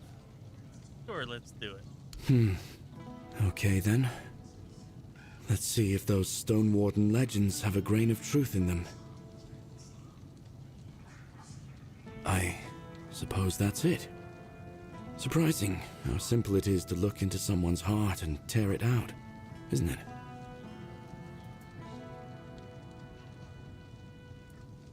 It's different.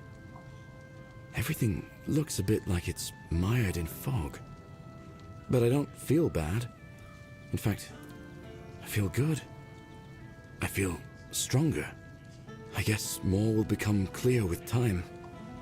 For now, I'll just have to wait and see. The measure of my debt to you is 2 hearts. I don't know how a man could ever repay something like that. I'll be going back to work. Visit me sometime. Don't be a stranger.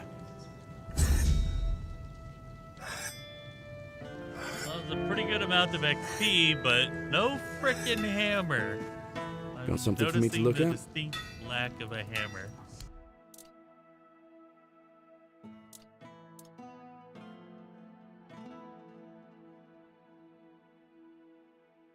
I mean, it's clearly better than what we're using, but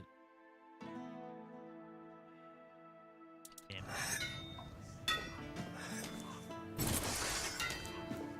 You're just in time.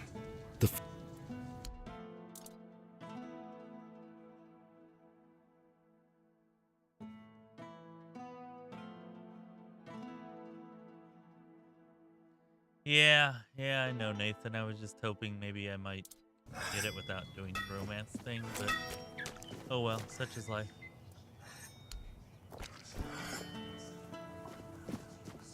Be cool if, like, the next time we come to town, like, he's run amok and just, like, started murdering people. We had to put him down because we filled the heart with, like, hatred or blah blah whatever from killing all the enemies instead of using our own heart.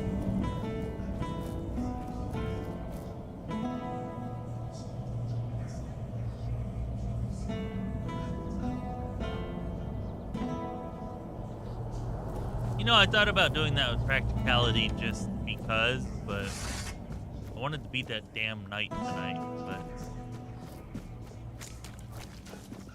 but I don't even think, well, I don't even think you have to really level up practicality. You can just go to the skill tree, and I think the very first,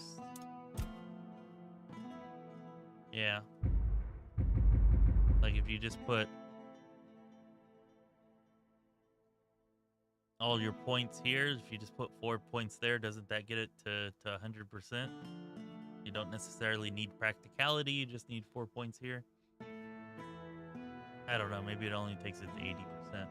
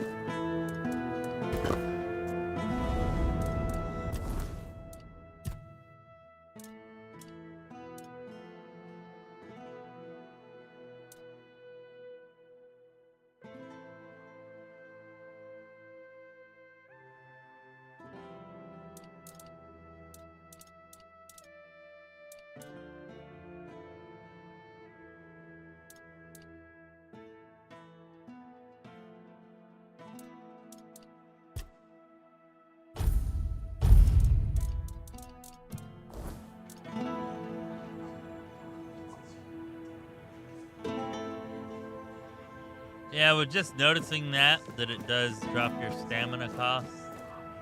But yeah, maybe put some points into practicality eventually.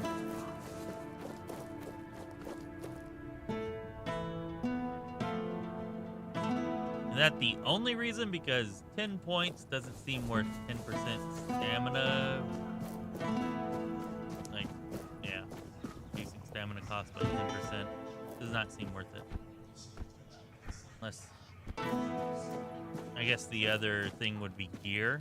Like if we find a weapon that requires practicality, then I'll be like, damn, maybe we respec again to get some practicality.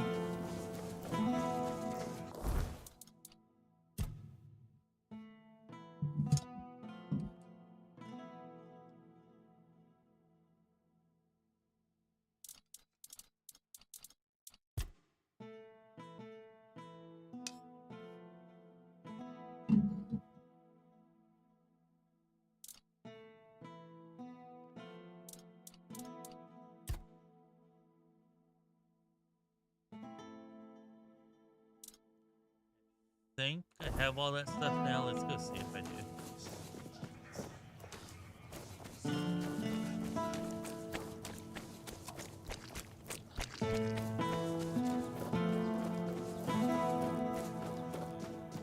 Help a soul out on your journey, will you?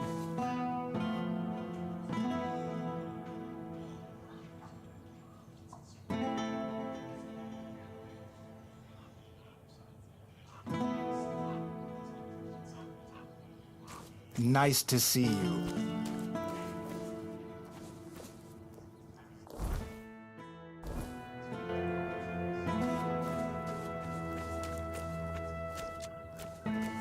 Good day. Well, that's not ideal. I was hoping at least most of them would be willing to invest. It won't be easy to make it work, but Ailey will remain as head of the hospital. And at least for now, some of the financial burden will be lifted from her shoulders. As for the future, well, who knows? Avalon...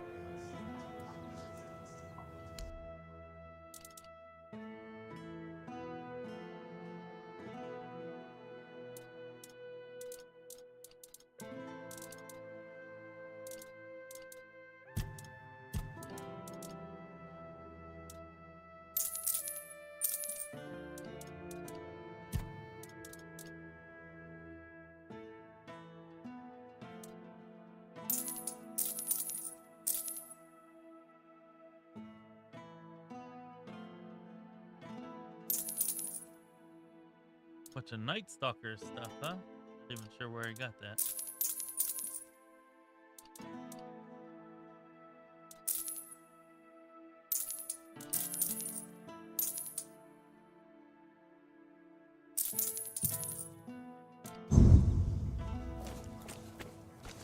Ah, damn it. I wasn't Guess I wasn't supposed to talk to him yet about company. that. Oh well.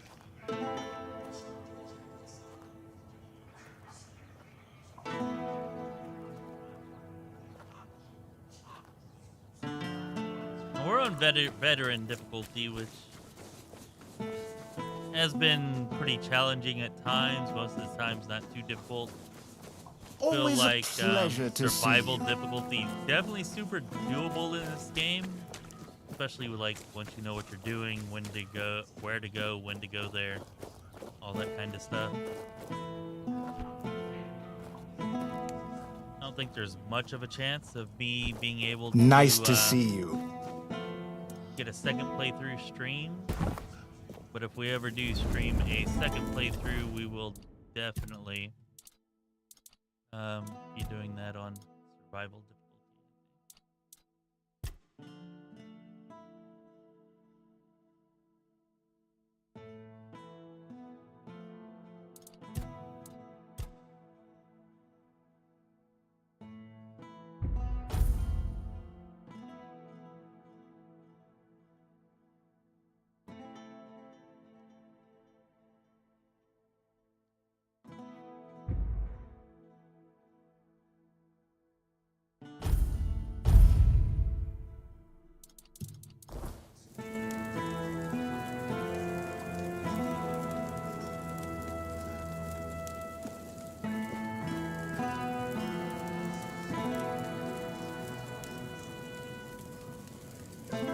Yeah, I wasn't gonna try survival difficulty for my first playthrough because, you know, if you die, that's it. You have to restart.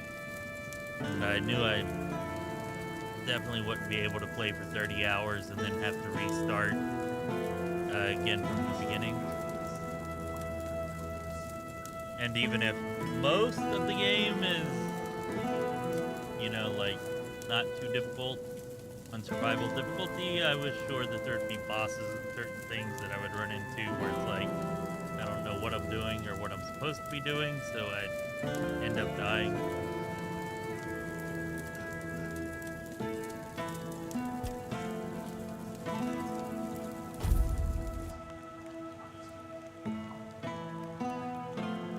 You don't know Corco?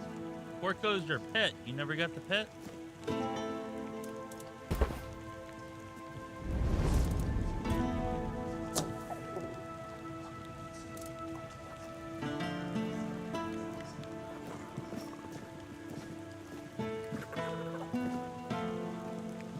To be honest, I feel like it's too cute and kind of, I don't know, kitty-like for the game. Like, yeah. I mean, I guess it's fine. Better to have it for those that appreciate it than not, I guess. But to me, it just seems really out of place.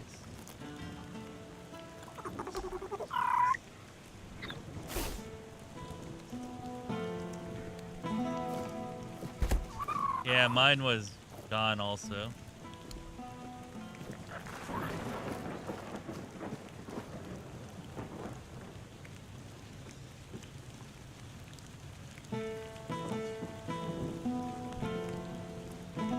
Yeah, I was hoping something like that might happen, but now I know it doesn't.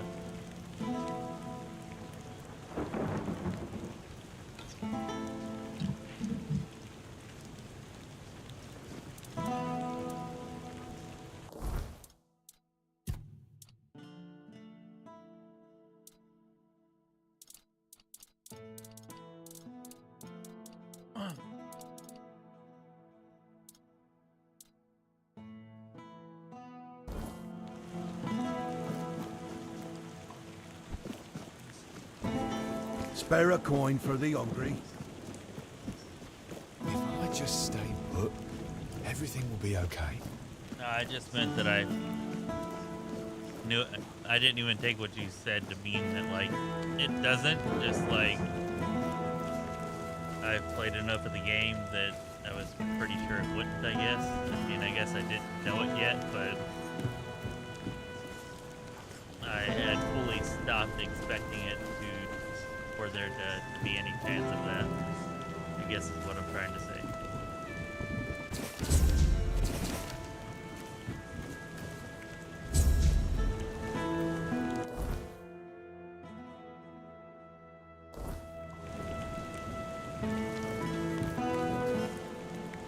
Yes? Well, it certainly leaves marks like frostbite. Genevra is said to be a Dalrator from the Forlorn Swords. They say she was too cruel even for her own tribe and was exiled. If you ask me, she should have stayed there. But she won't be causing trouble anymore. Here's your reward.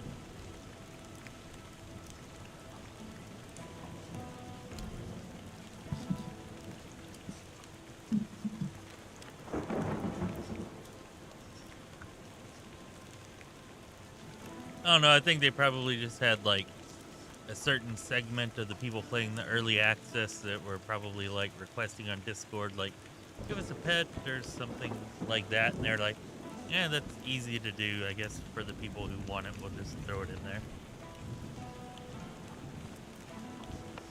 You know, it's, like, easy to do if we just make it a kind of throwaway nothing like that, like they did, and it'll satisfy those people who are asking for it, I guess.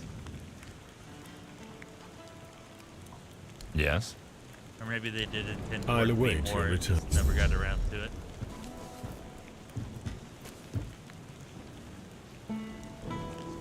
Alright. I gotta take a bio break. Back in just a couple of minutes. We'll go do another couple of quests, and then it's probably not gonna be on too much longer though. But yeah, here and back.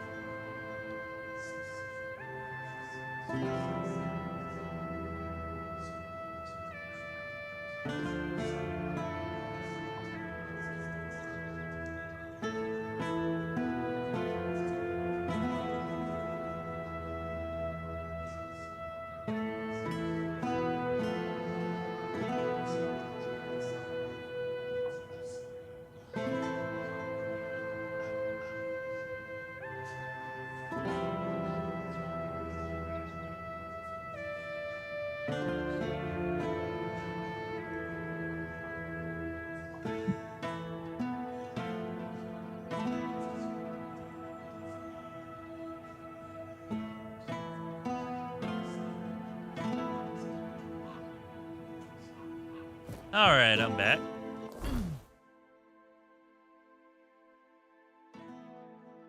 All right, let's go see what we can get into before we go.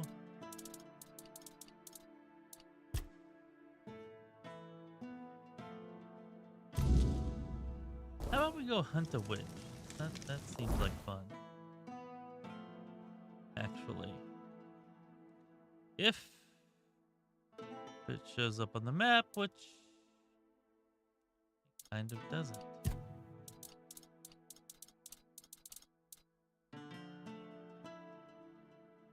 Alright, I guess we just have to stumble across that then. Let's try a different one.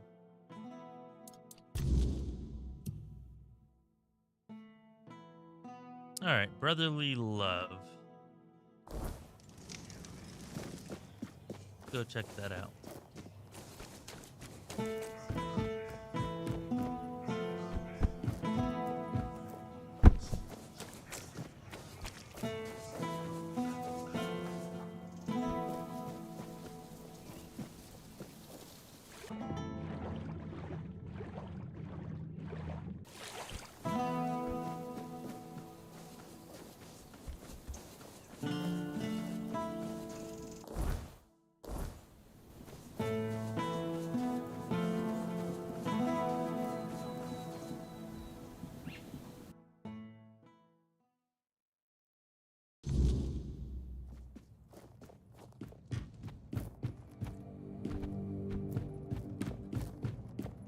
I wish I would have thought to have asked Random just how much money he made off of stealing everything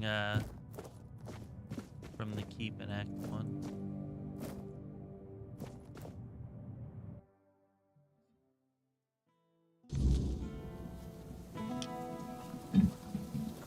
I imagine it probably wasn't really that much, but could be wrong. Have we talked to the statue yet? Or read it, I guess? Not talked to it? Yeah, we did. Alamedi. I believe it's +1 to one-handed.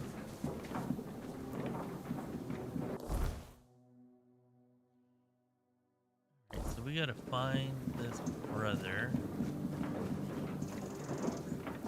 Somewhere in here.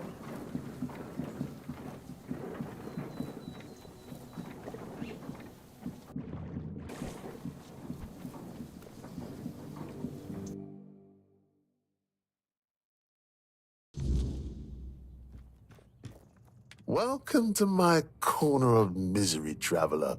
Whatever brings you here, just know you're wasting your time. I've got this belt. Maybe it's not a waste of time. The weirdness is coming closer every day. Started in the deep woods and now it's almost at our doorstep. Town's slowly emptying. All the smart ones left weeks ago. But now, even if you're trying to get out, good luck with that. The soldiers set up a checkpoint at the gate leading to the main road to Camelot. Now it's blown. They said it was a landslide. Or an avalanche. I don't know. That was one of the safe routes. I'll say having to use the unstuck feature, not that big of a deal.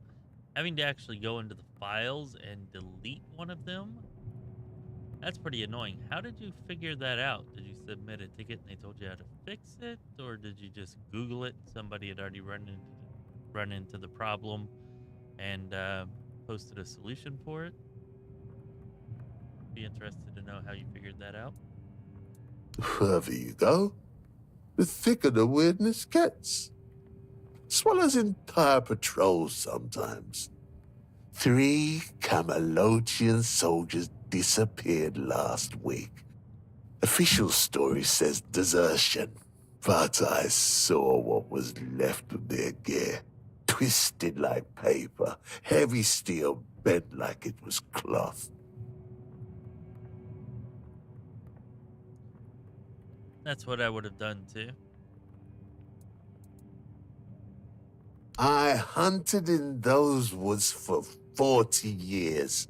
And yes, now the trees, they don't stay where they should. Animals speak in tongues. But the truth is, I've got nothing worth protecting. My heart, my flask, my memories. The weirdness can have it all. Might even be an improvement. Yeah, actually, Reddit tends to come through for me for those types of questions, technical questions, how to fix bugs or fix issues with software or video games or whatever, far more than any other website. Whenever it comes to games, I would say Steam is probably second after Reddit.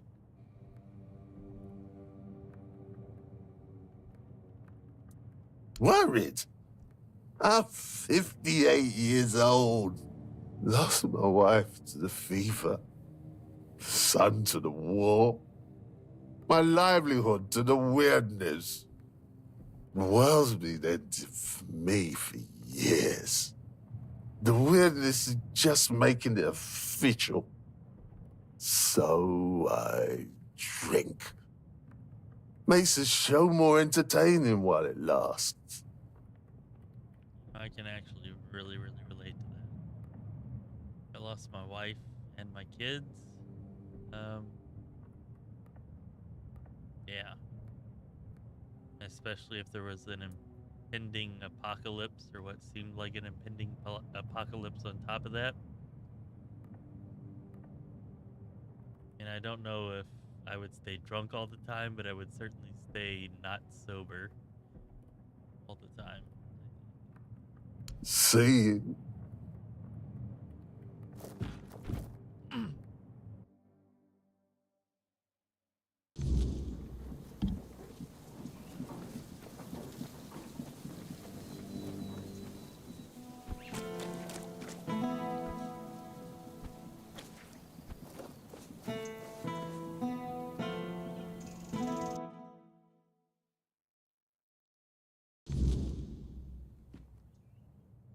Didn't think anyone would stop by. My, what a fine lad you are. Were I a touch younger, I'd consider running away with you. Reginald be damned. Giving me some pretty creepy vibes. It's just the voice more than anything else. As you should be. I used to be quite the catch back in the day, you know. I didn't make it easy for Reginald to win me over, but he was always a stubborn man. It flattered me, that stubbornness. I should have listened to my mother when she told me a headstrong husband is just as bad as a lazy one. One does nothing, the other wants everything done his way. But I thought I knew better, and now, here I am. Every marriage has its ups and downs, especially one that's lasted as long as ours. We worked hard our whole lives, raised our children right. I had hoped for a little peace at the end of the road, but now they say the weirdness is coming, and my husband insists we stay.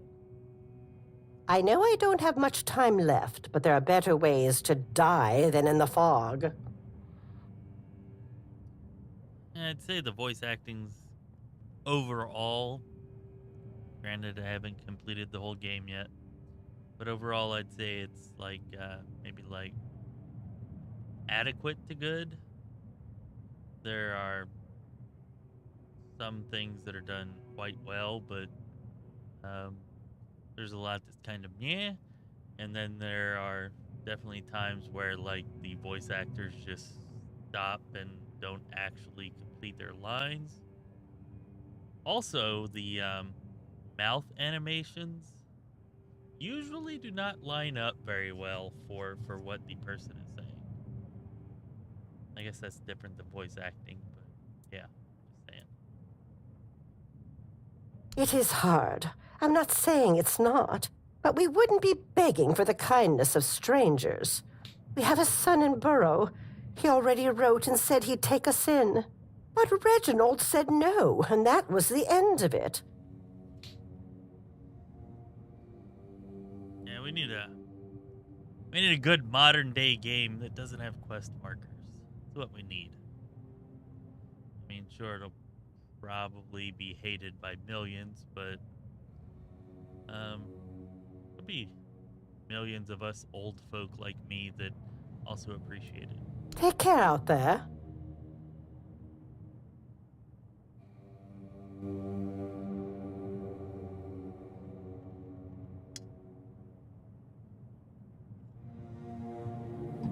Huh.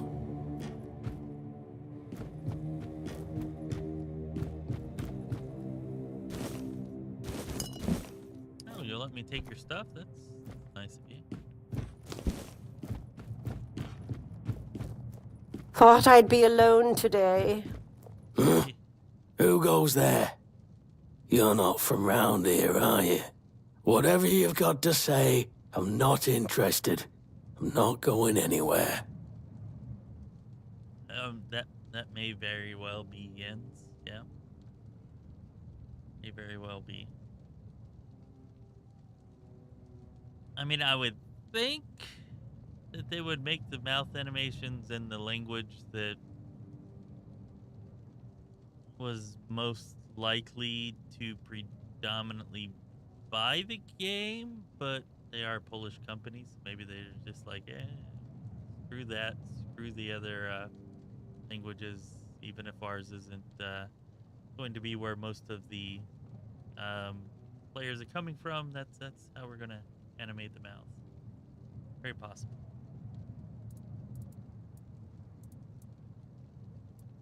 Good, because I won't. And make sure it stays that way. Love? Nah, it's a shithole. All my life I've watched it turn into a dump, and it only got worse without lordling at the helm. But I gave everything I had to this land. We've had good years, sure, but we've also had years when we went hungry for days so our kids wouldn't starve. The weirdness, just another storm to weather. Everything'll turn out fine in the long run. Not actually sure how large Awakened Realms is, but definitely seems on the smaller side, so maybe, yeah, something that they didn't prioritize. They're like, the rest of the game will be awesome enough that people will just deal with this or whatever. And so far they've been right. Like, it's a minor annoyance for me, not anything significant at all. Just something that I've noticed, but not something that would make me be like, I can't play this game. Just something that's like, oh yeah, that's mouth animations don't quite line up right, but this game's still badass. And you've been through many droughts in your life. If you had, you'd know there's nothing simple about them. You just stand there and watch your crops die, praying for rain that never comes, wondering if your children are strong enough to survive this one. And the fat years aren't much better. You grow tall crops, and then you gotta strain your ears for straw children skulking around at harvest, until the weirdness can make work in the land any worse than it already is. Mora's always been a worrywart. If anything goes awry, it's the end of the world for her. And don't even get me started on the nagging. Everything'll be fine. It always is, in the end. Besides, we won't be alone. Reese and Ida are staying, and they know how to work around the weirdness better than anyone.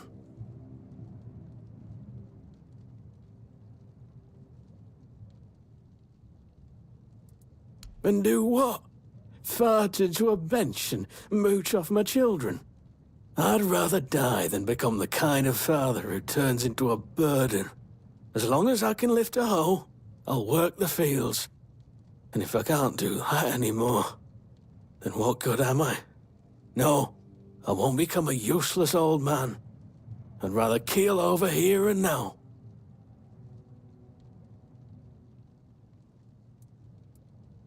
Huh. You know, there's games that I've definitely played like that, Jens, where I just like skip the dialogue. I don't give a shit. And I just want to get to the quest, get to the combat, stuff like Thought that. I'd be alone today. I mean, okay. If I'm being honest, if I was not streaming this, I probably would skip at least some of the dialogue. But a lot of it is actually entertaining enough that I think I would still read it. But I find particularly in isometric RPGs, like, skipping the dialogue is just something I'm kind of like, I'm not really here so much for the dialogue. I'm here more for the combat and stuff like that, the character builds, whatever. And so I'm certainly more prone to it in those types of games.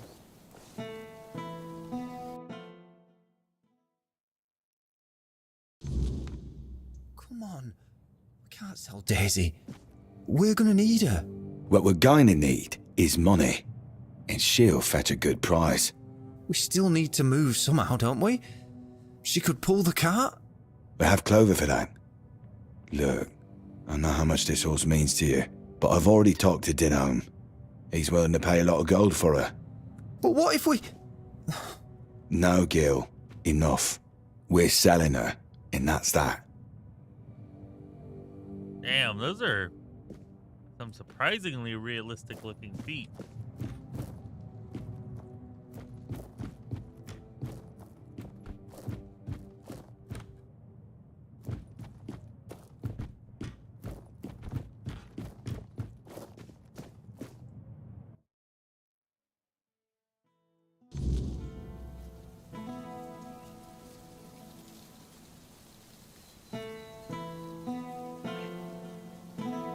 I will grant you, Rogue Trader had just walls and walls and walls of text. And so I can forgive you for not reading all of it. However, speaking as someone who did read all of it, every single frickin' word. Hello there. And there are dozens and dozens and dozens of hours of live streams that you can go back and watch that prove that I read every single frickin' word of those walls and walls of text. I will say that it was actually pretty damn good. Like, if you can get past having to read instead of, you know, having the lines voice acted, like the writing in the game and the way that they like set the ambiance through the writing and described what was going on, depicted what was going on, was so freaking good. It represented the Warhammer 40k universe so well. I loved it. Especially if you tried to go back through the Expanse. After you got to Act 2 and you tried to go back like through the Expanse towards Act 1. Freaking writing there was so good. It was so long, but it was so good. The way that your ship got like ripped apart and everything got destroyed, and you just like slowly succumbed to the destruction of the warp. Such good writing. You doing okay? But yeah, incredibly long walls of text in that game.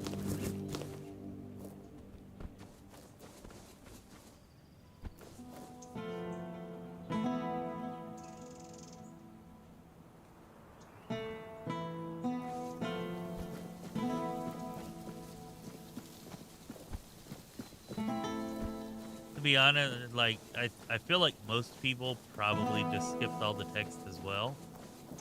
Where quest markers, I guess, and stuff like that comes in handy. You can just skip the walls of text and get onto the gameplay. And I will say the gameplay was probably the main draw of the game for the vast majority of players. I feel like that's the case with most CRPGs though, especially like technical heavy CRPGs.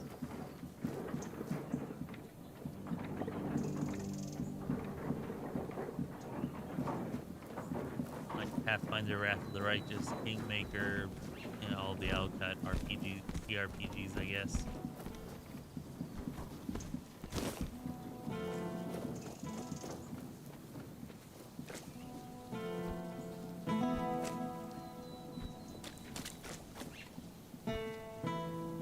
Alright, well, I cannot find this dude and his frickin' belt to save my life.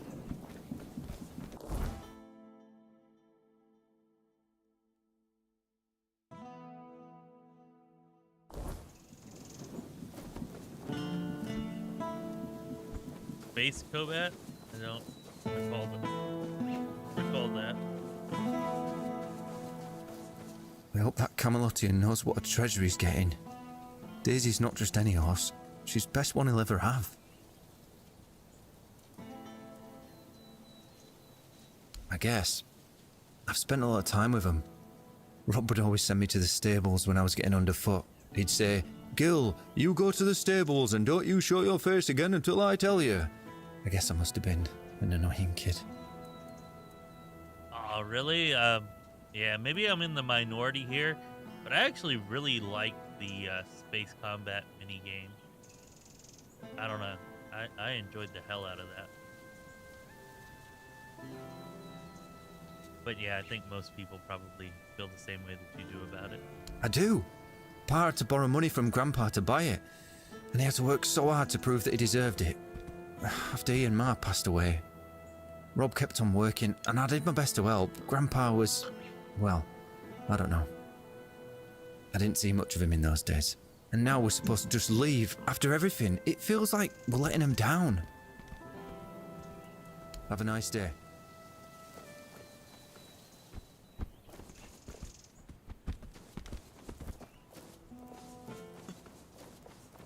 Somebody around here was supposed to want that damn belt, but I don't know who's close. Oh, we didn't go in the mill yet. Nothing bad happens Maybe today. the mill.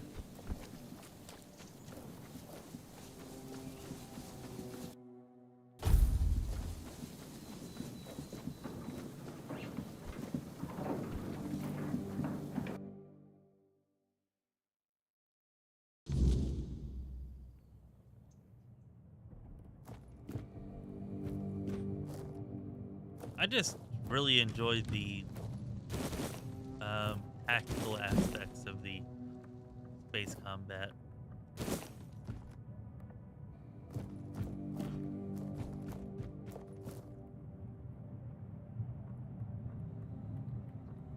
I don't think I played on the hardest difficulty though. I think I played on the like next level down, second to hardest.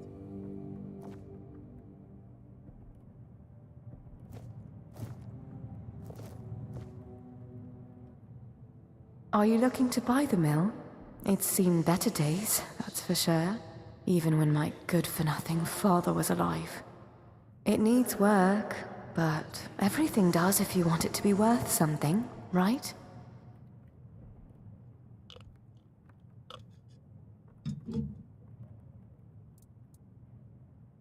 Oh, my father owned the mill once. Then after he passed, my brother took it. Then his children, then theirs. As for me, I died as the miller's daughter, for the terrible crime of being the miller's daughter. The truth is, I don't remember my name. It's been so long since anyone living has spoken it. It was stupid. You see, my father was a drunkard who liked to brag, and the more he drank, the more he bragged. The problem was, not a single word he said was ever true. And for some reason, he decided to tell people I could spin gold from straw. Oh. That ridiculous rumor made its way to King Sagramore. He locked me in a cell full of straw and told me it had to be spun into gold by morning. Well, what do you think happened? I sat in that cell, choking on the stench of rotting straw, and cried. Then I screamed myself hoarse, begging someone, anyone, to let me out. By morning, my throat was dry as parchment and full of dust. But when the first rays of sunlight streamed through the tiny window, I cried again. I remember shaking all the way to the block, but my last thought was of my father, and oh, it was vicious.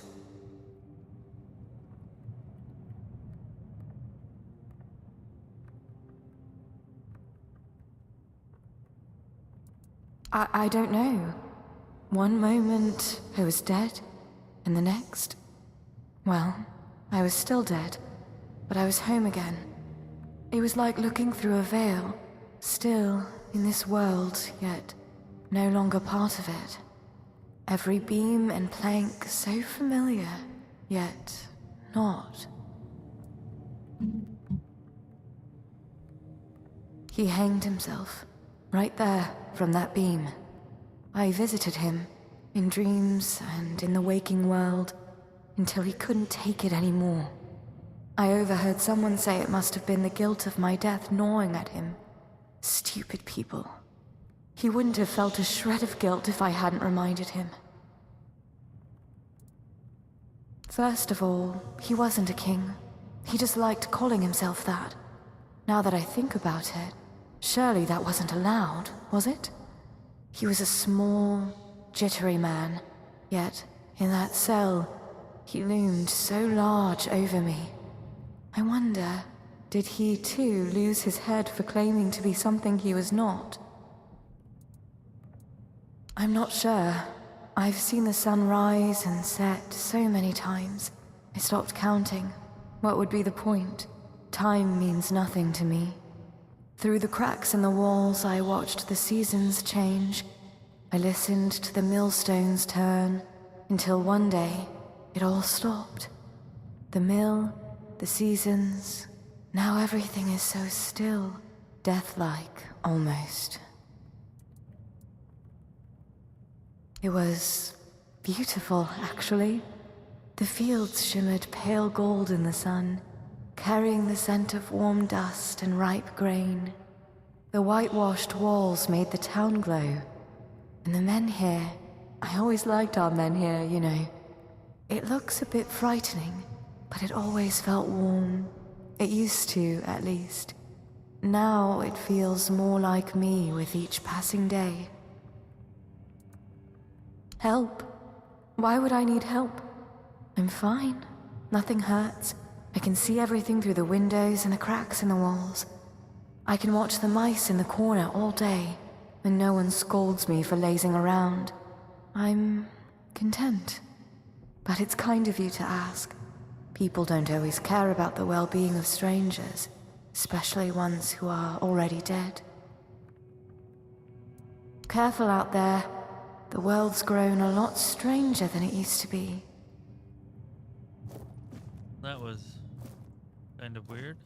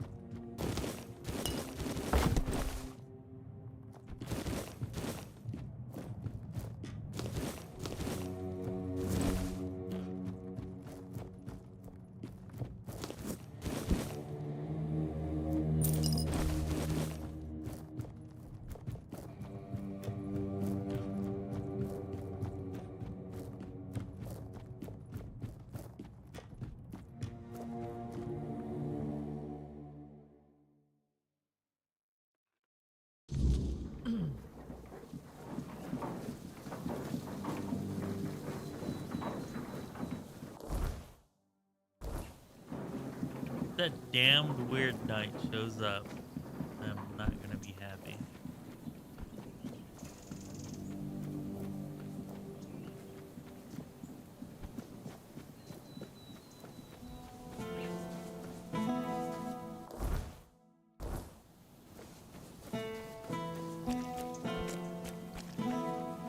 Been to every house, I believe.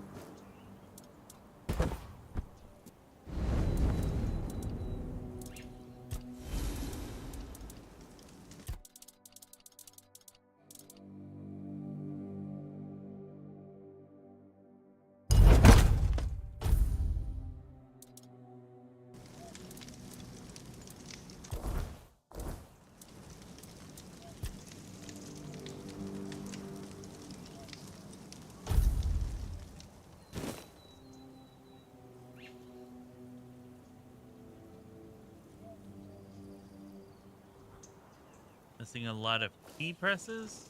I hadn't noticed.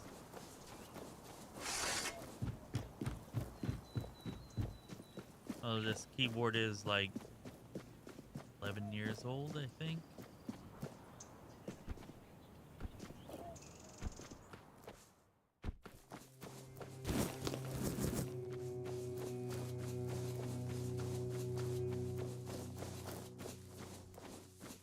Oh, you need a new keyboard.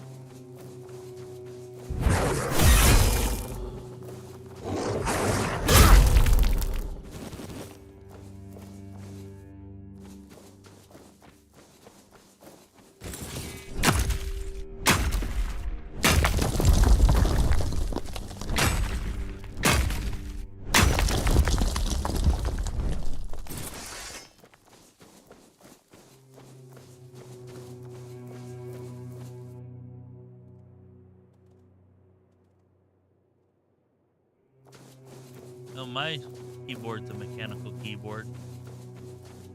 It's still doing all right, I think.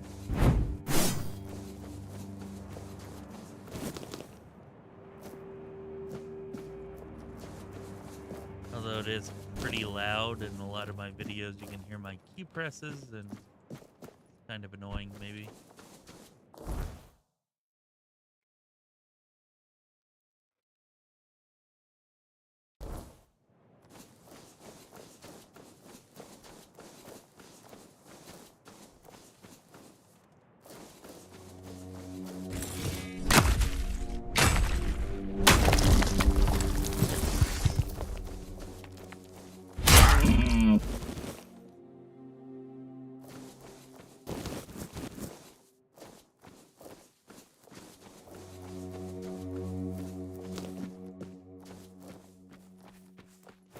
Remain vigilant.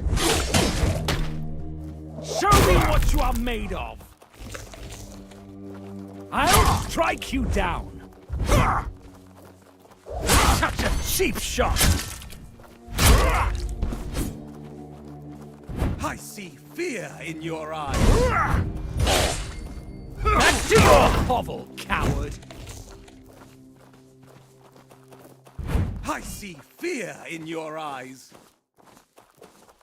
You'll pay for that insult. You'll fall to my sword.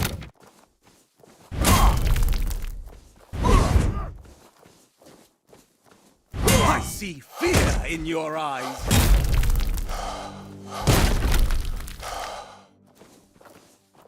I will be your downfall.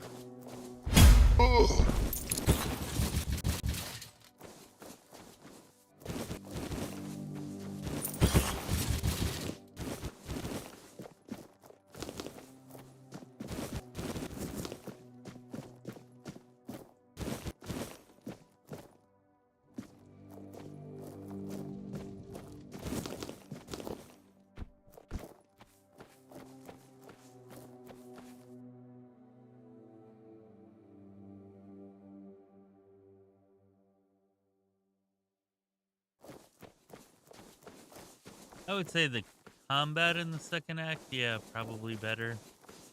The story, of course, I haven't completed the second act yet, but the story definitely better in the first, at least so far.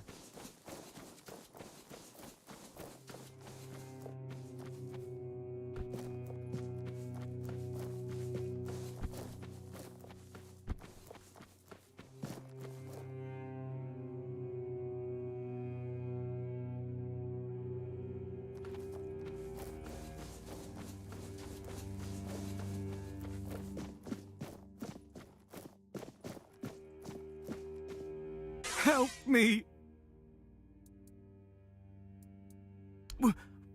Water? Do you have anything to drink? I can't move, so I need your help.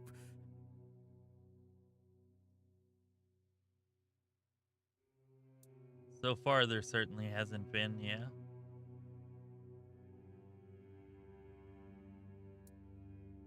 Thank you. My name is Linwood, and I've been cursed. That damned rat of a druid cursed me. I've been stuck like this for the past 2 days. No food, no drink, nothing. That bastard left me to die.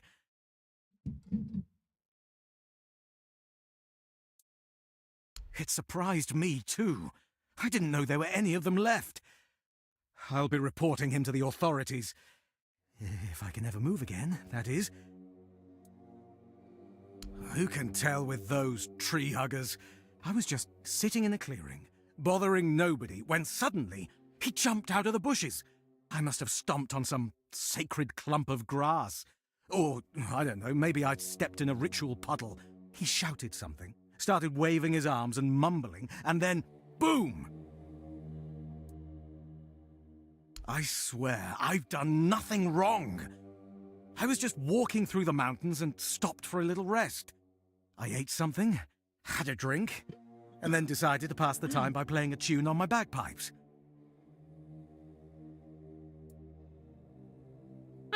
You were playing bagpipes. You deserve your fate. No, please, help me.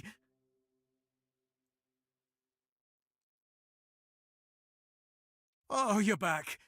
Please, if you don't help me, I'll die here. Have mercy. How would I? Thank you. Just please, hurry. I won't be able to last for much longer.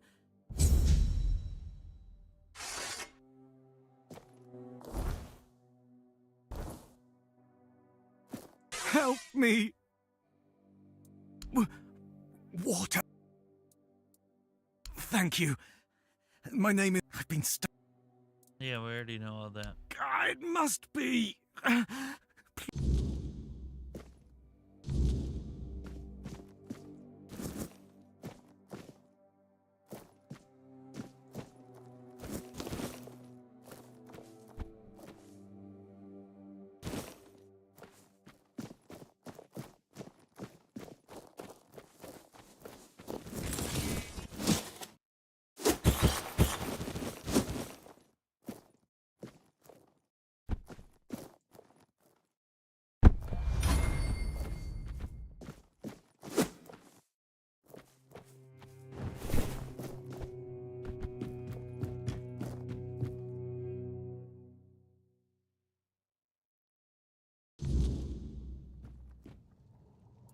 A druid? Curse someone? Couldn't be me. I'm not even a druid anymore. I know a thing or two about herbs and mushrooms, but I can't for the life of me recall how to curse someone. That knowledge leaked out of me long ago, like molasses spilling from a broken jug, straight onto the floor, seeping into the gaps between the rotten boards, red-eyed demons licking it up underneath.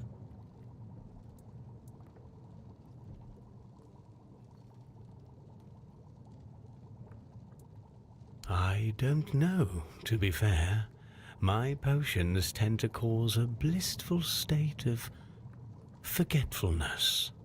Who is that man, anyway? What kind of curse are we talking about? Oh, no. That does sound a little familiar. You see, I had a dream where I heard the howling of demons and went out to stop the one who summoned them. I turned him into stone. So that really happened?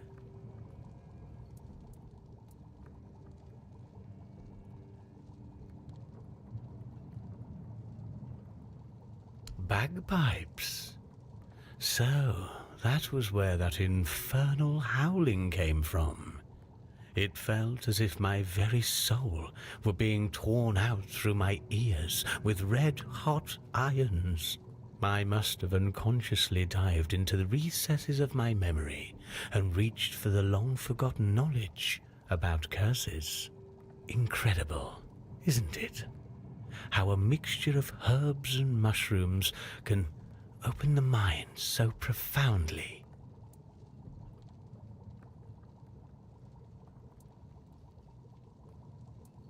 Sometimes it's easier not knowing. Then you don't have to think about it. Yes, fortunately, such a curse is much easier to remove than to cast. Wait a moment. I should have all the ingredients for... What was I... Oh, yes. The ingredients for a certain concoction. There. Take this potion and pour it down his throat. It'll burn all the way down, but there's no other way.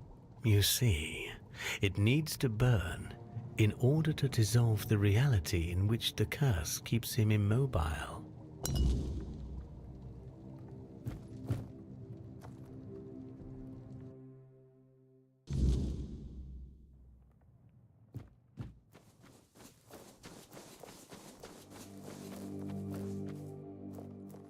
Wish I could find the silver dust and whatnot that he wants me to get for his quest.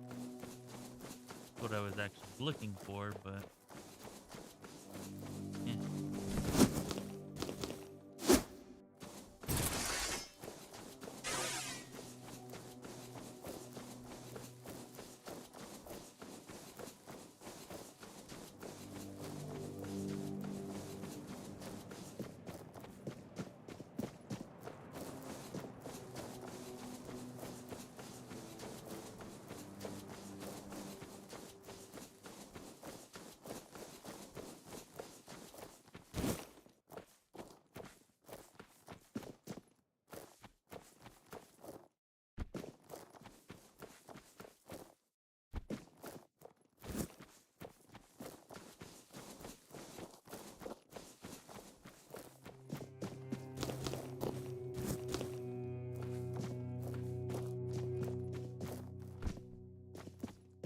Do you have any ideas for how to remove the curse?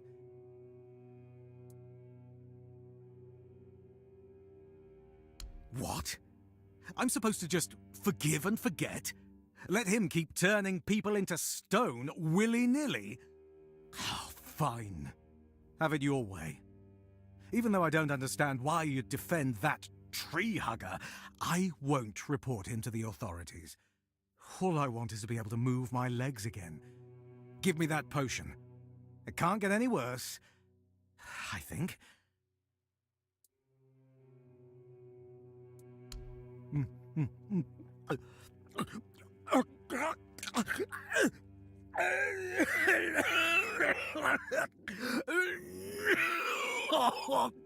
Oh, Mother's mercy! What is this? Are you trying to kill me?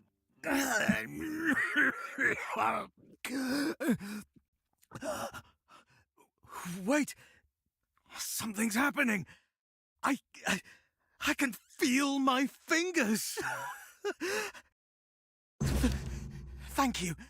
I don't have much, but please, take these coins. Tell me, where did you get this potion? Really? You talked to that dog? Did he tell you why he almost killed me? What? Was that really what it was all about? He condemned me to a slow and agonizing death just because he didn't like my music. It's no wonder the Charred Conclave happened.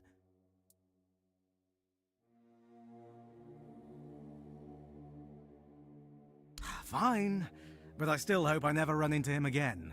What if he breaks my arms next time because he doesn't like the way I'm peeling an apple? Thank you, once again. May the All-Mother guide your path.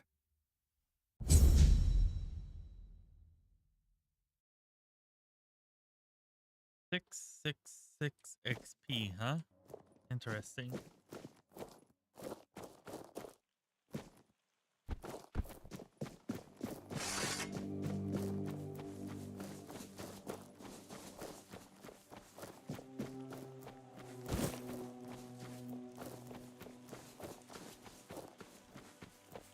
No one sneaks up on me. Wasn't trying to. Where I will be your downfall. I'll strike you down.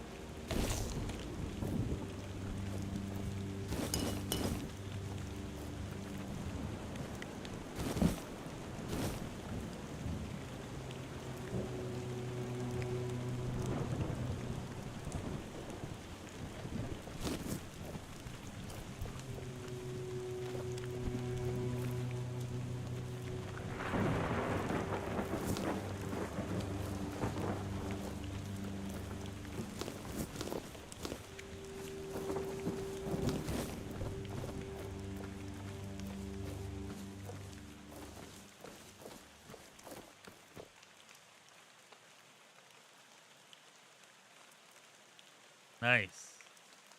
Nothing wrong with cross-dressing. As long as it's worth it. Sounds like it was. Oh, great. Your soul is diseased. There is something poisoning it. But it isn't the Red Death, is it?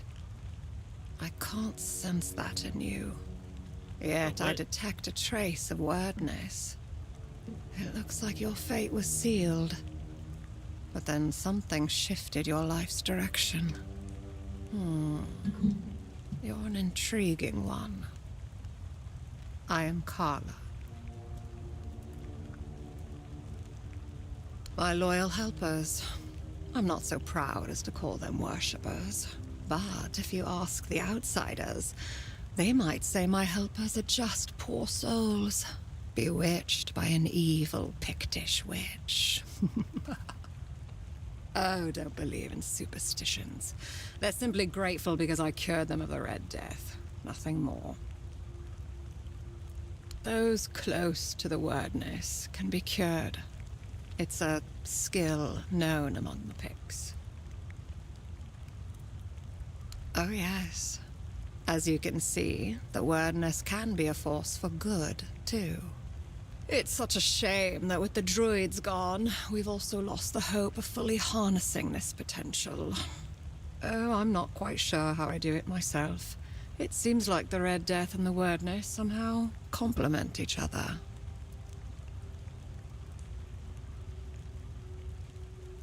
The eyes of those afflicted show a unique kind of pain, unlike anything else. Even in those who've recovered, you can still see the vestiges of their suffering. The Red Priests say the Red Death affects both the mind and the body. They are right about that. What spreads through your body is something more. It touches the very essence of one's soul. I'm afraid there's not much that can help with such a condition. Ah, Lemuel, the not saint, the most zealous of the doubters. What did that old man ask of you? To kill me and the men in front of my tent? Another sin he'll eventually have to run from? Yes, that sounds like him.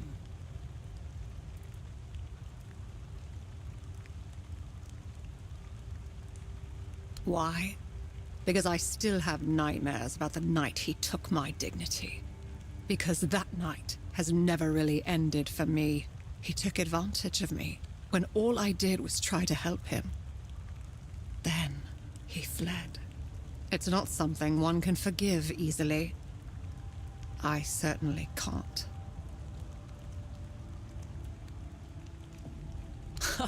That old broken man is nothing but a facade that Lemuel adopted years ago. He's even begun to believe it himself. No, but he can't hide who he is or what he's done from me. He violated a woman who saved his life. And now he's telling everyone I am a witch.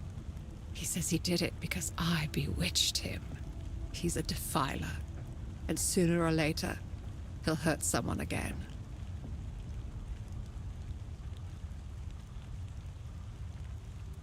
There is a way. Horrible sins affect the body.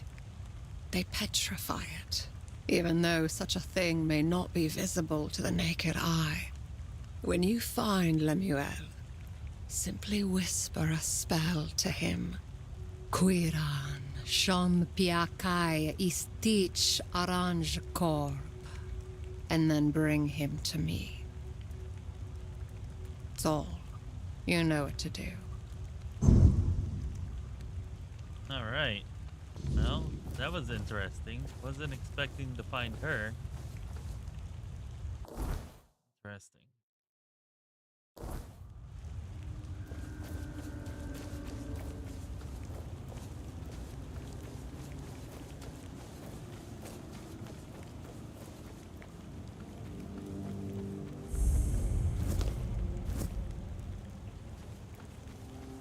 Weird tower, huh?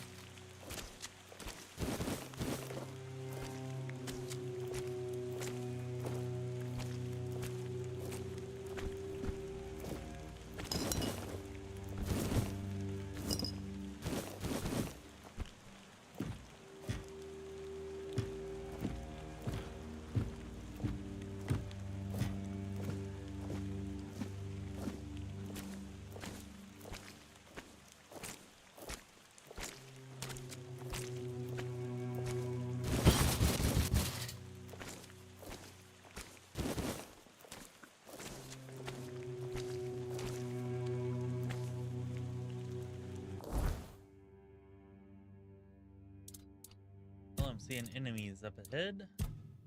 An enemy at least.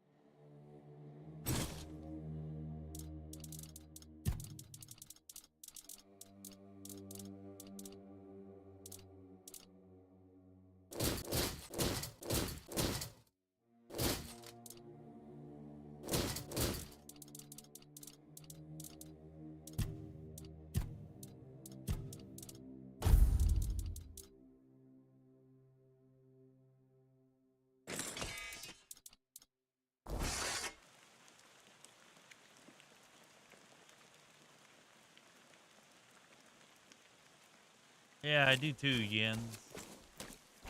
Games like this and the Oblivion remake, freaking awesome.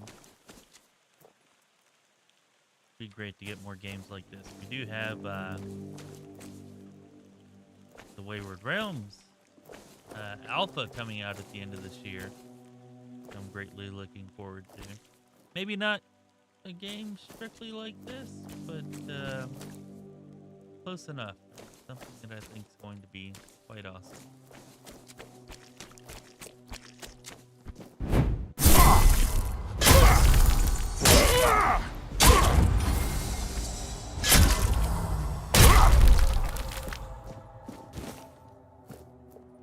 Better than I expected.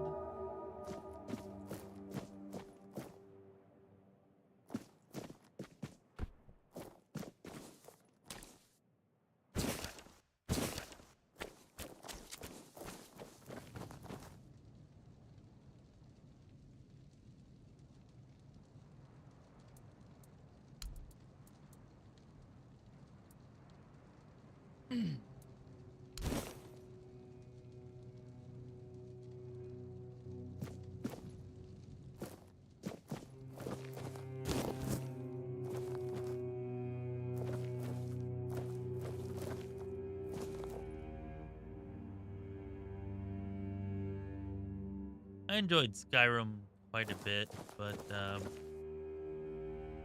I don't know. Was maybe a little too oversimplified. I wish they could combine the skill trees and stuff like that with a system more like Oblivion's, where you have actual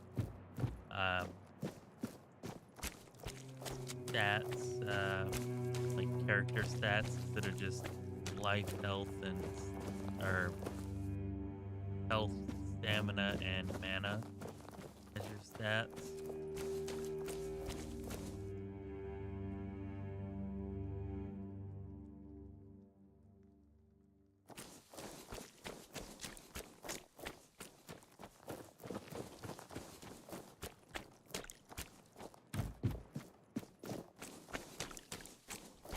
Alright, where did I drop all those items?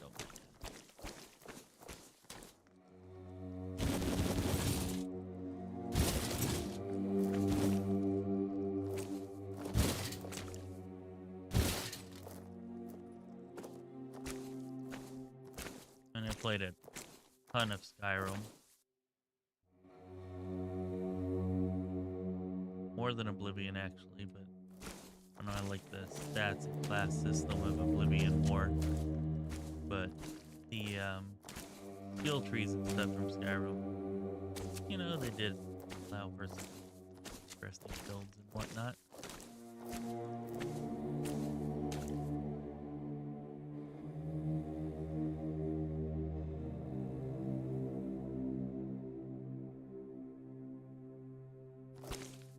Yeah, the combat in Skyrim is really basic, that's for sure.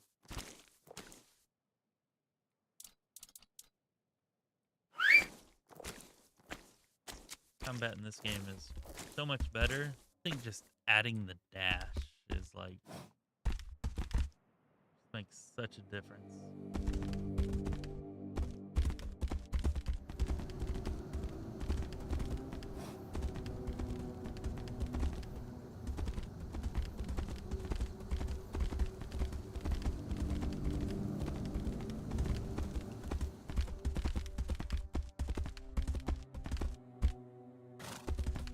Definitely see if you didn't play Skyrim like 10 years ago or sooner, where it would be hard to get into. But if you played it, you know, at least kind of semi-close to when it came out, definitely makes it more approachable.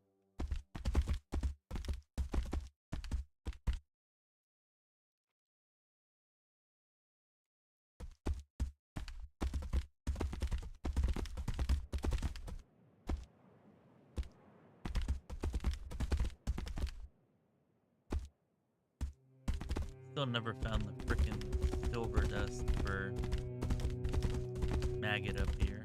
It's annoying. It says it's at a bandit camp. Doesn't say which one. I was hoping it was one of the ones that were close to him, but apparently not. Apparently not.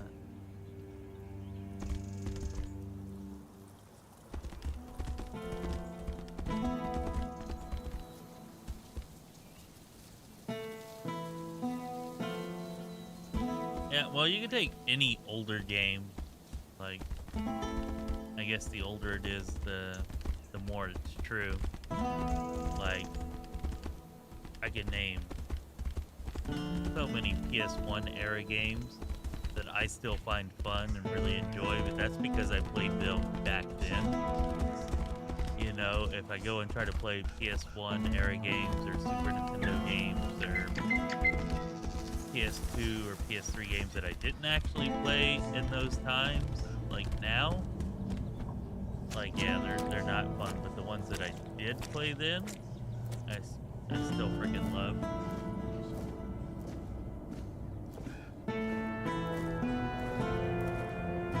I looked, I didn't see a marker for the bandit quest. I can look again, but yeah, I tried activating it and did not see a marker for it when I did that. Probably could have rode the horse all the way up here, but oh well.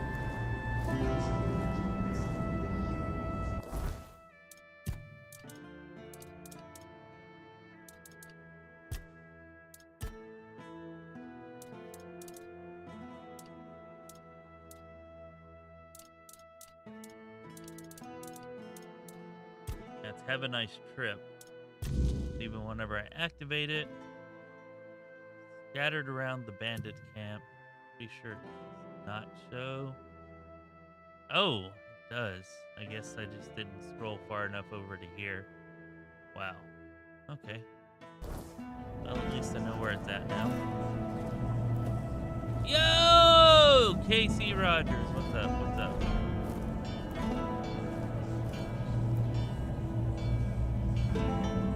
We're on veteran difficulty, which is the highest difficulty that doesn't, like, prevent you from saving or end your playthrough whenever you die.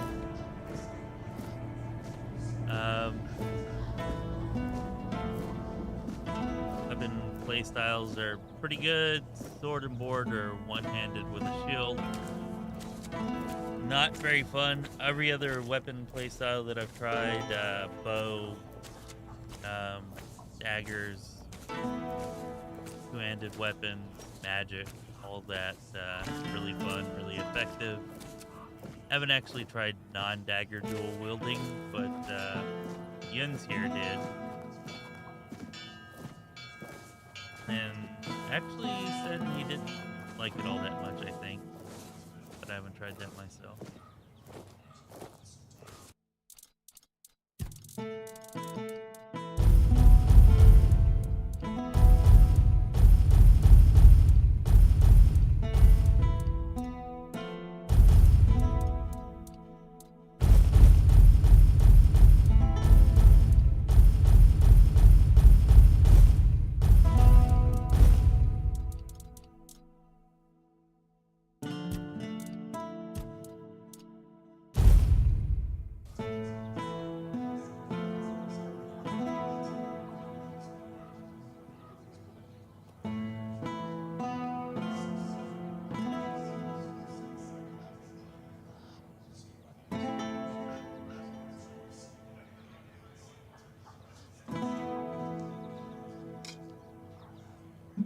I say combat magic, I think, is the most overpowered and effective.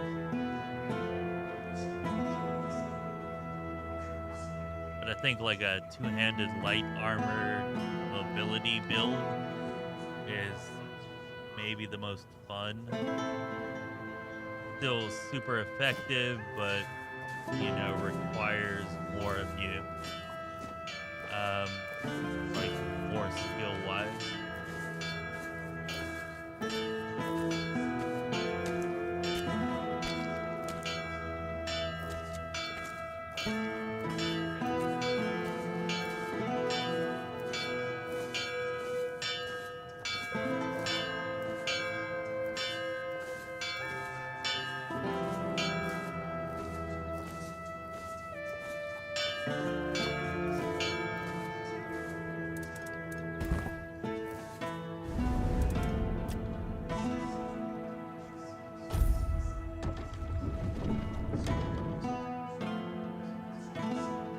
Yeah, hammer, two-handed hammer is definitely the best, like, handed, I think. Oh, hello there. A lot of fun, and it has the most damage. Hello again. And I like combining it with maybe lighter armor so that you stay more mobile. Especially once you get the red death tree, because the limit on the amount of damage you can take through that skill tree just really makes heavy armor not make as much sense.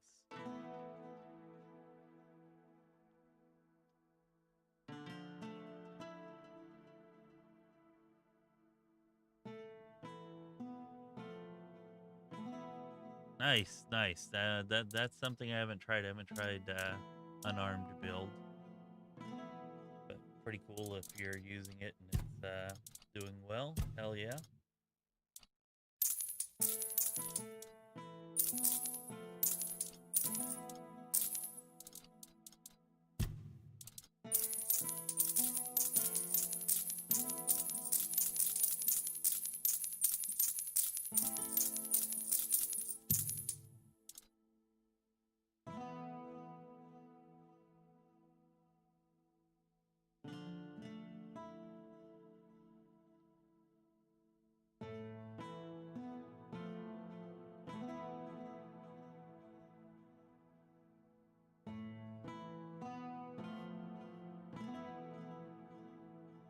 The skill tree for it is pretty short, and yeah, I haven't looked at it a whole lot either.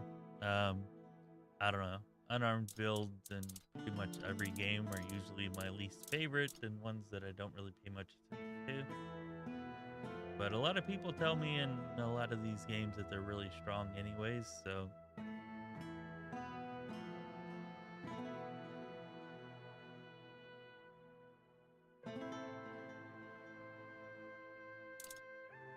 I envy you. I mean, it would lack weapons that you can add relics to, but you can still have gloves in this game. Yeah, but I'm not sure what you're saying. Even in Oblivion, what brings you this way? Gloves whenever you fight, can't you? Thought you could.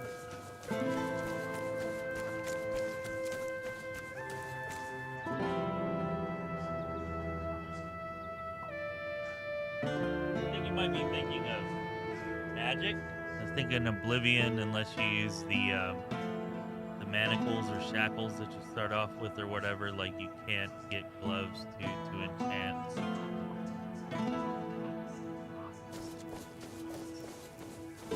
But you can still use like gauntlets or whatever whenever you're fighting as unarmed. Like 99.99% sure.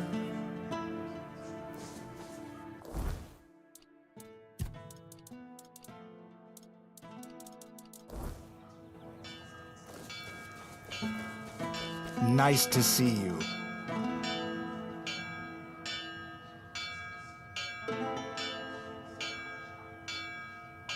Yeah, awesome, Casey Rogers. Yeah, that definitely sounds like the way to go for unarmed damage then.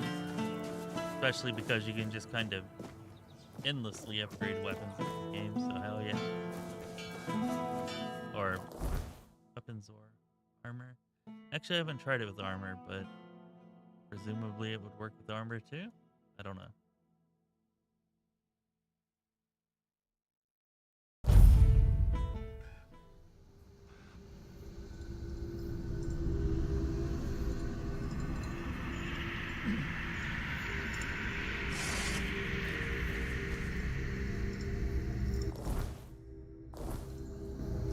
Well, looks like we found the bandit camp. Watch your back!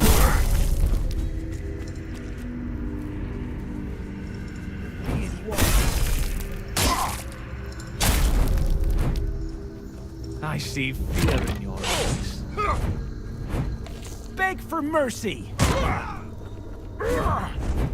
Your armor won't save you.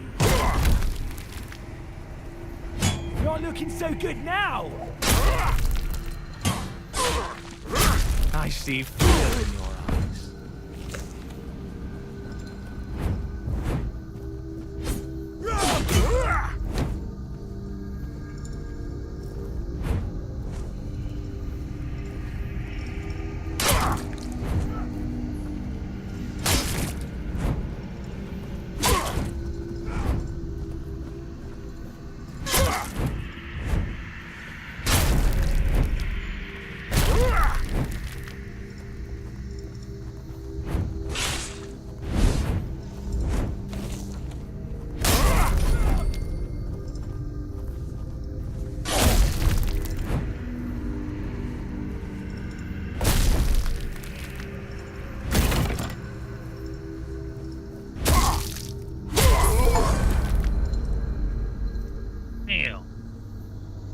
The Bloodhound is down.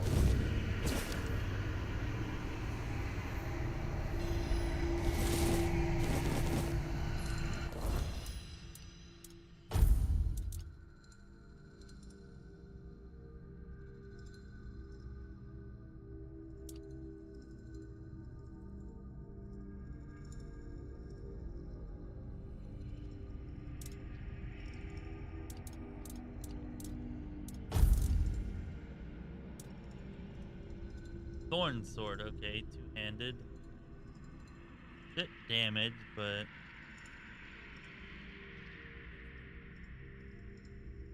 wow. Okay, yeah, that's garbage. Consumes 2% of max health per second, but increases lifesteal by 3%. Yeah, no thank you. Thank you. Damn, thought maybe we'd finally found a decent two-handed weapon. The one we have is still pretty bad.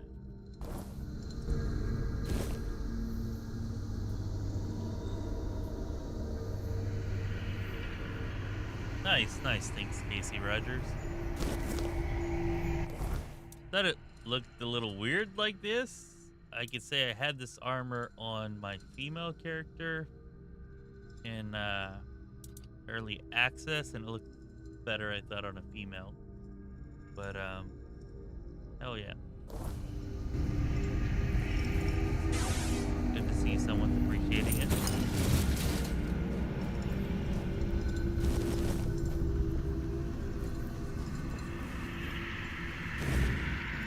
There we go. There's our silver dust. And our raspberries.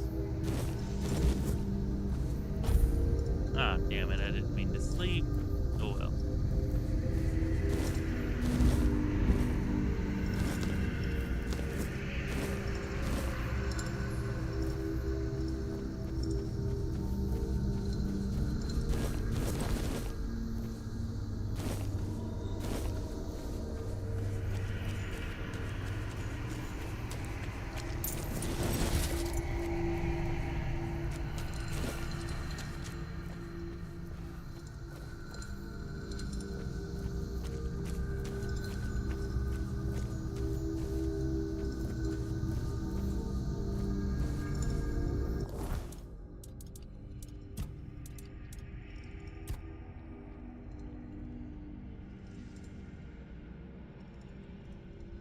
Oh well, there we go. Looks like we've got it all. Let's head back to Maggot and This would probably be the last thing we do tonight. Let's go do Maggot's quest.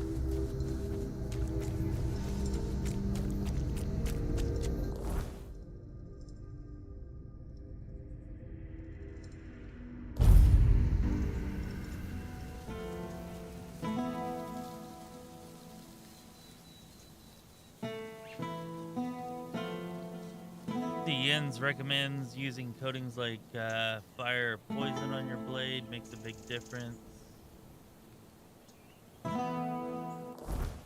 You know, I've not really used coatings at all.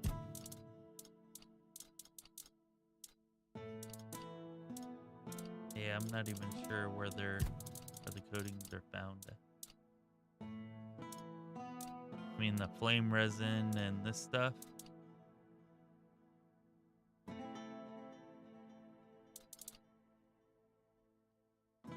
I don't know, I was kind of thinking like you have to build it up, and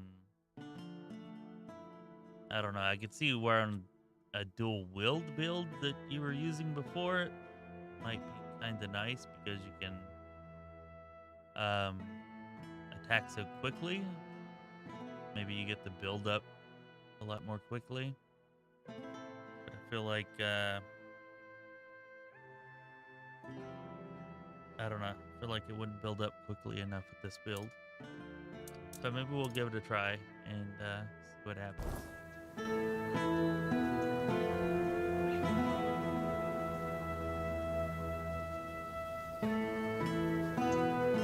Yeah, but it's like magic, right? Where you have to hit them like 3, 4, 5, 6, 7 times within a certain amount of time for them to actually start burning.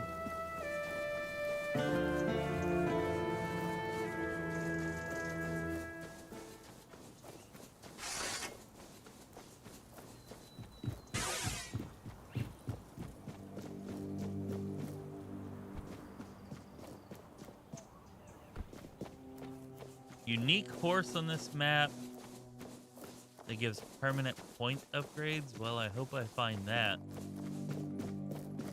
I don't love the horse riding in this game, but getting permanent point upgrades would be awesome.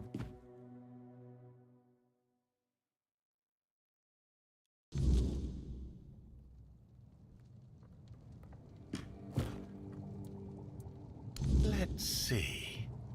Ah, the raspberries. We'll save those for later. Very nutritious. Perfect for the after effects. Nutrition is key, my brave friend. I'll make jam so delicious it'll knock your boots off. You'll thank me later. Wait and see. Now, it's time for us to embark on this shared journey into the self. See you on the other side.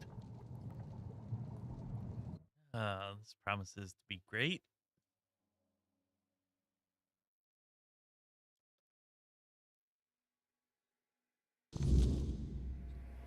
Hope it doesn't end up with an enemy as daunting as the plague wraith. I'm a fucking rat, aren't I? Almost definitely.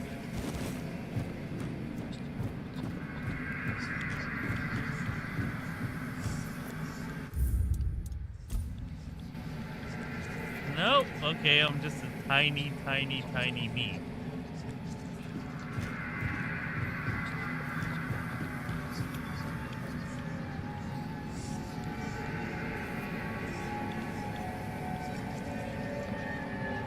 Very good advice, Casey Rogers. Do not do drugs, kids, otherwise you'll end up as a tiny person in a giant world where you can be stepped on. They whisper behind your back again.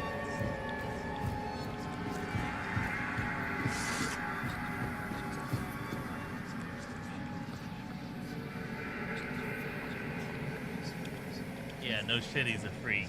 Now you tell me. Why did I do this?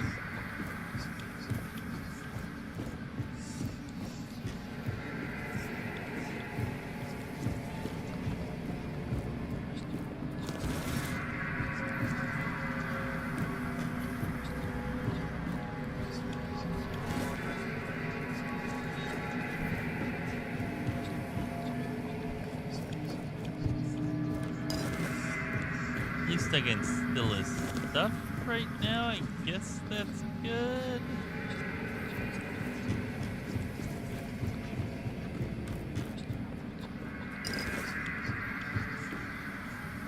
Oh. Well, look at that.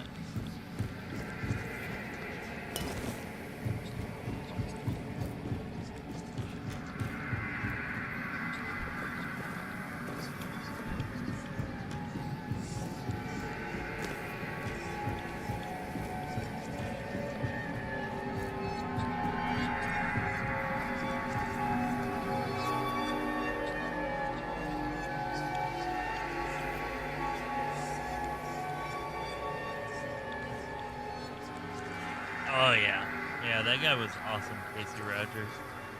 Stopped watching Vikings at like season 6, I think, but yeah, that was a pretty great show.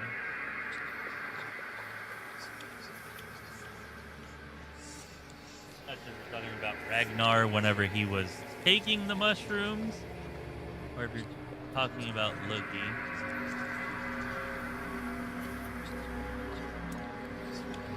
Hey, what's up, Ashu? About time you showed up. Appreciate you being here.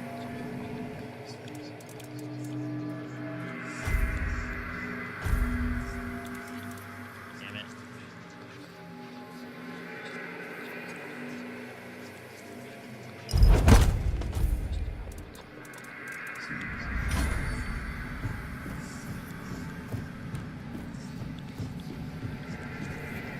Alright, let's see what's through the mouse hole.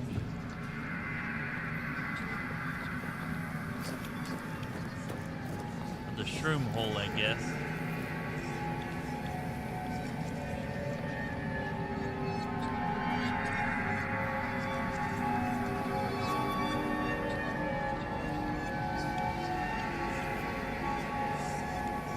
Yeah, there were ton of Viking shows and stuff going on around then. Vikings was the only one that I actually watched. How did you lose your name? Did the fire take it?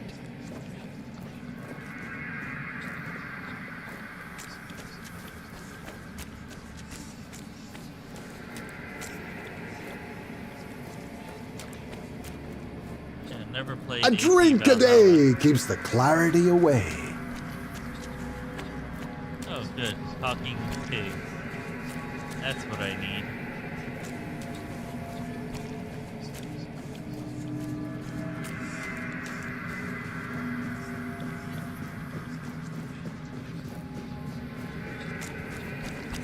I do love how stamina does not drain whenever you sprint out of combat in this game.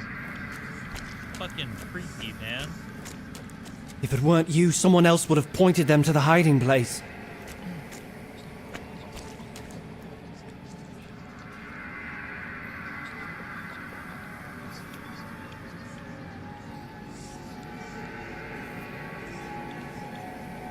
Not sure that I played Odyssey. Yeah.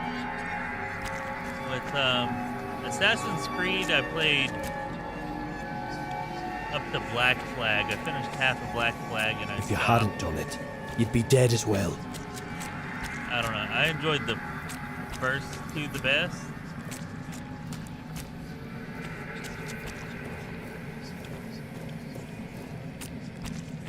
And then the third one with the American Revolutionary War was still pretty damn good. And then, I don't know, Black Flag just lost me like halfway through and I never played another You one didn't after have a that. choice.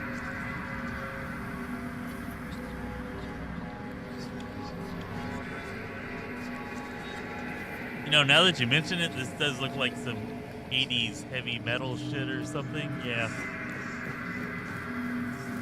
We trusted you. Oh, fuck you. You want me to jump down there?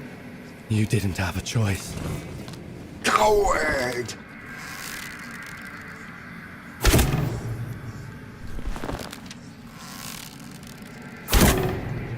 Of course. Traitor! I trusted you. Look what you did to me. What the hell are you talking about? Oh, damn it. Here goes nothing.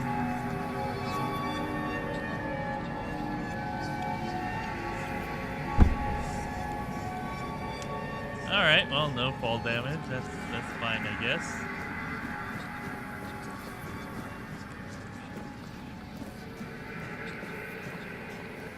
Wow. Fucking wow. We're in hell, like, literally. This is nuts, dude. Wow. I fucking love this game. The aesthetic, the style. Yeah, would have been so good if it was an Unreal Engine, but still so amazing. Wait! Just wait! There must be another way! Take me instead! Leave them alone! They didn't deserve this! Please! Let them go! Please! Wait! Just wait! There must be another way!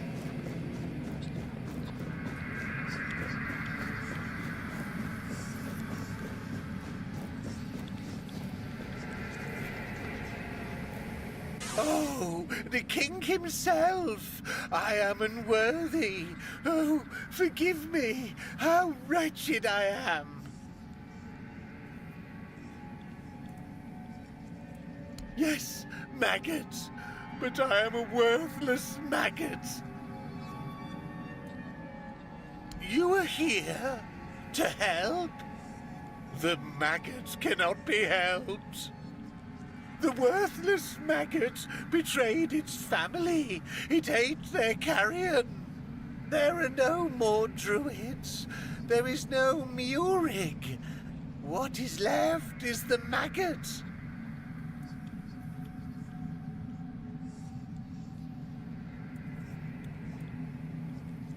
I ate them.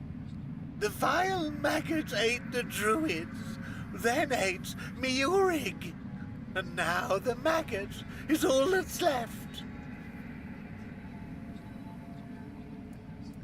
The maggot was born when Murig pointed to where his brothers were.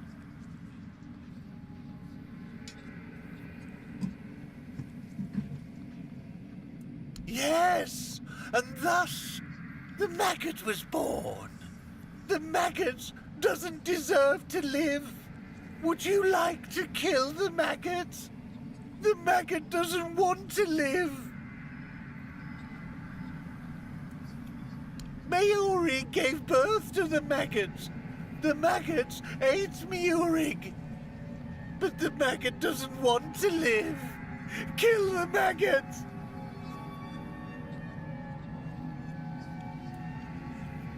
But the maggot doesn't want to live. It doesn't deserve mercy. It doesn't deserve forgiveness. Kill the maggot.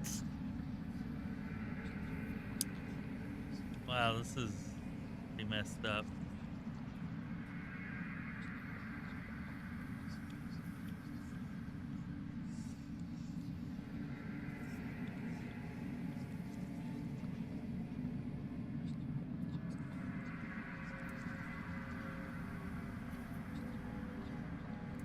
The maggot doesn't know if it can.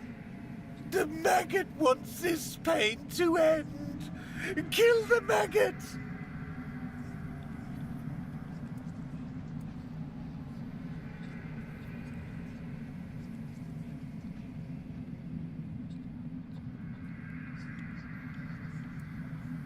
Your words are different from the one the maggot hears in his head. There may be wisdom hidden there. A wisdom the maggot does not have. The maggot will try. It will seek Murig inside itself and talk to him. Murig should be wiser than the maggot.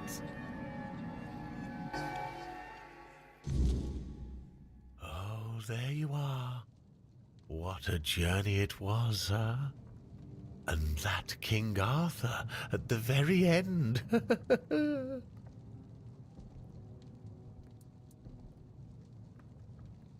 That I did. If I remember correctly, I was trying to convince him to kill me, but I didn't really want it. I just couldn't speak. Because it kind of wasn't me. Anyway, it doesn't matter. Because the wise king was wiser than me. He didn't let me die. He just said, actually, I don't remember what he said, but I feel like I've spent ages in icy water, and now I can finally warm myself by the fire. Now, the world is going to change. My world, at least. And that's all thanks to you. I am eternally grateful for that. Oh, it helped, believe me. A good trip shakes things loose I've forgotten. Things I didn't even know I knew. And it turns out it's not a scroll, but a tablet split in half. One part was guarded by the druids, and the other was taken by the priestesses for safekeeping. A smart move, considering that back in the day, both the druids and the priestesses held equal power in this region. I know where you can find the part that belonged to the druids. At Sagramor's castle. He wasn't exactly a pleasant fellow, and I have no idea how the druidic half of the tablet ended up in his possession. Oh, great. This guy, Sagramor. Yeah, he seems like an ass. About 200 years ago, his castle literally sank underground, and all that remains are some grim legends. But my subconscious doesn't lie. My master etched Sagramor's name onto it, so it must be the only place where that part of the tablet could be. You'd have to ask Nianti about that. She's much more knowledgeable when it comes to all that priestess stuff. Ailey's a good girl, but she's up to her elbows in work, and I doubt she's had time to dig deeper into the history of their order. So, that leaves Nianti as your best option anyway. Yeah, I don't like Nianti. Okay. They say he dreamed of becoming the next King Arthur, and did everything he could to live up to the name.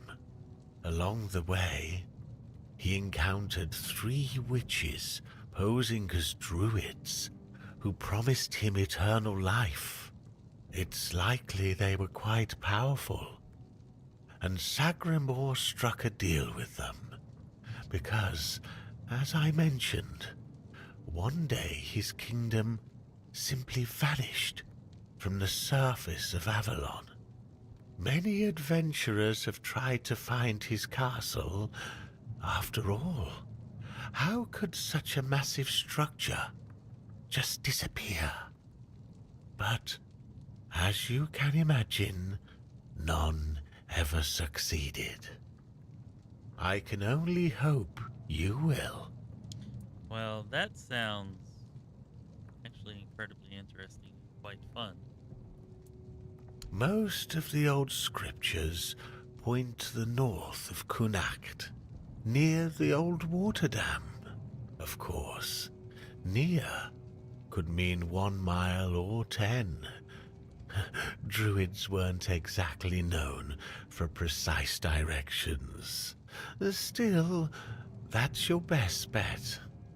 You'll know you're close when the air feels heavy, like the past is still clinging to the place. That's how it usually is with old druid stuff.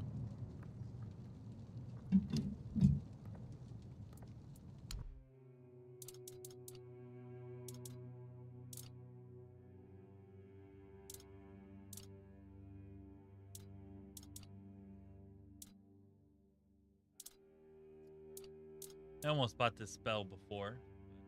Didn't. Certainly I'm not going to now.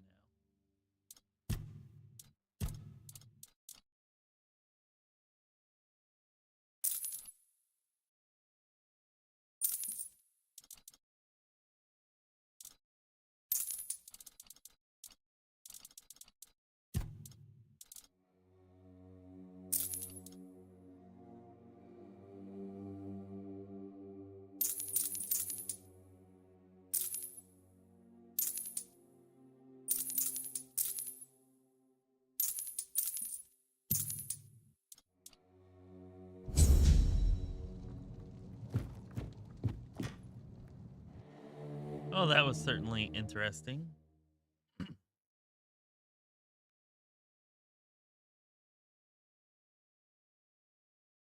go back and see if we can make any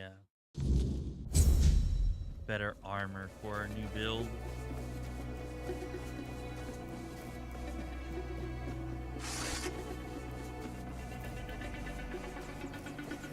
I do not like the look of this sword.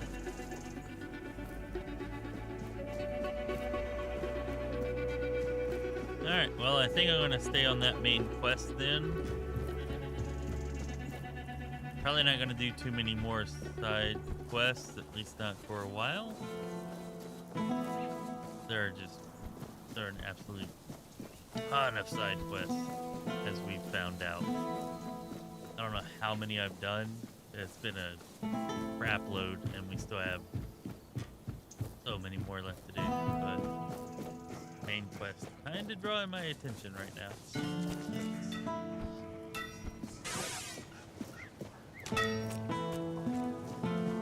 And of course our butt buddy Bjor is gone.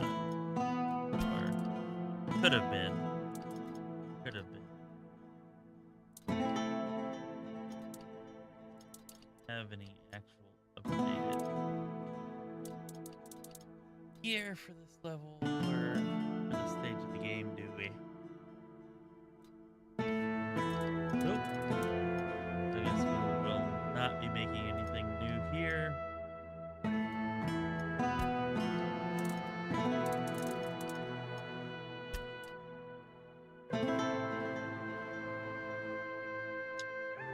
Damn it.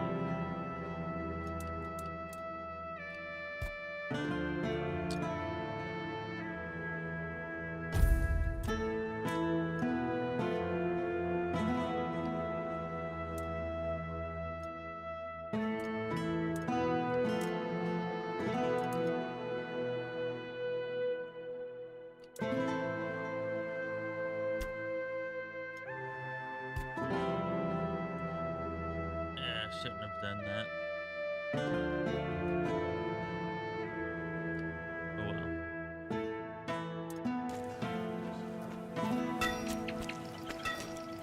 And Beorga.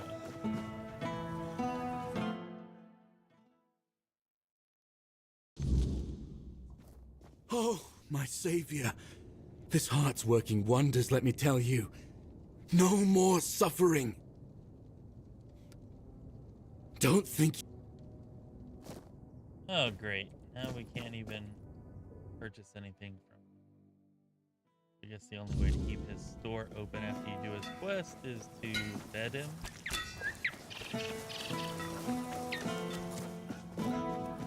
Whatever.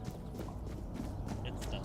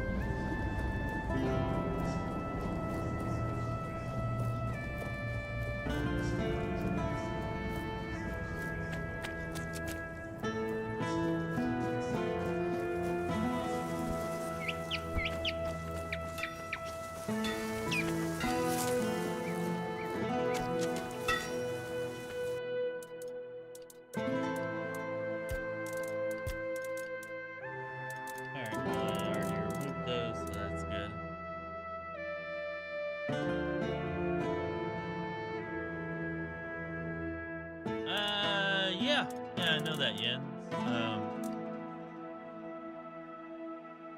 I do craft and cook and all that from the chest. I just went back there to get my weapon to take the relics off of it because I thought I'd forgotten to, but apparently I remembered to because there's no relics on it.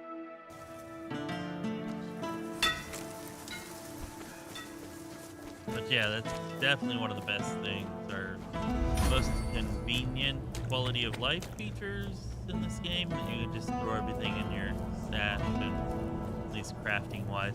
I wish it would let you take quest items from the chest too. I don't know, maybe that'd be a little too convenient or something. But yeah. Would certainly be Always a convenient. pleasure to see you. Anyways, I think we're gonna go ahead and end the game here. It's already almost 4 a.m. Or not in the game, but in the stream here. Tomorrow night I have to close at the restaurant, and then the following morning open it. So there definitely won't be any time for streaming tomorrow. But I'm gonna try to stream. Always Monday, a pleasure to see Monday you. night or evening. Hopefully I can do that. I'm off on Tuesday, so we'll continue this and get further into the widening mystery. Further into the interesting story that we're starting to uncover Monday night. That's the plan, the hope, at this point anyways.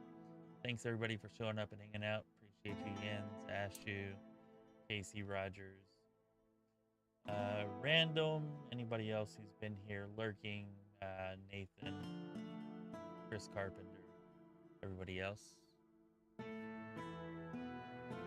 Before we go, I would like to thank our Patreon Senior Council members, supporters, Sam H. and jpinnegar. Thank y'all for supporting us at such a high level on Patreon. Definitely appreciated. I'd like to thank Random, Nathan, Simeon, and Malfus the Swift for also supporting us at other various levels on Patreon. And I would like to thank our YouTube channel membership supporters for supporting us with Lorespire channel memberships on YouTube. They are poopSMASH, Gregor, Malfus the Swift once again, jpinnegar once again, Genevra Izzo, Random once again, Jeff and Joachim Ripken. Y'all are awesome. Thanks so much for the monetary support.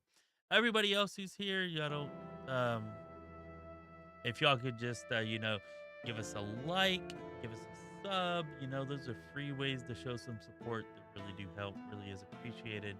So if y'all could do that, yeah, I'd appreciate it. Helps us out.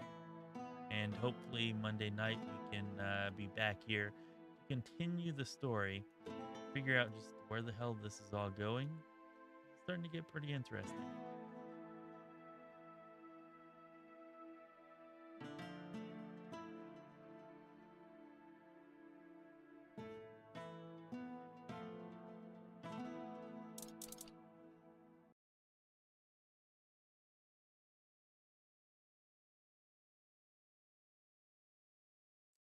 $11 a.m. there, Jens. Yeah, it's well, like I said, 4 a.m. here.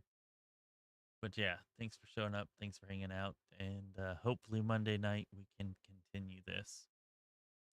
I'm looking forward to the weirdness. The weird is good. The weird is good. I will say that the crazy mushroom trip a while ago was pretty damn trippy. So we'll see what else is in store Monday night, hopefully. This has been Chris with Lorespire. Be well, my friends.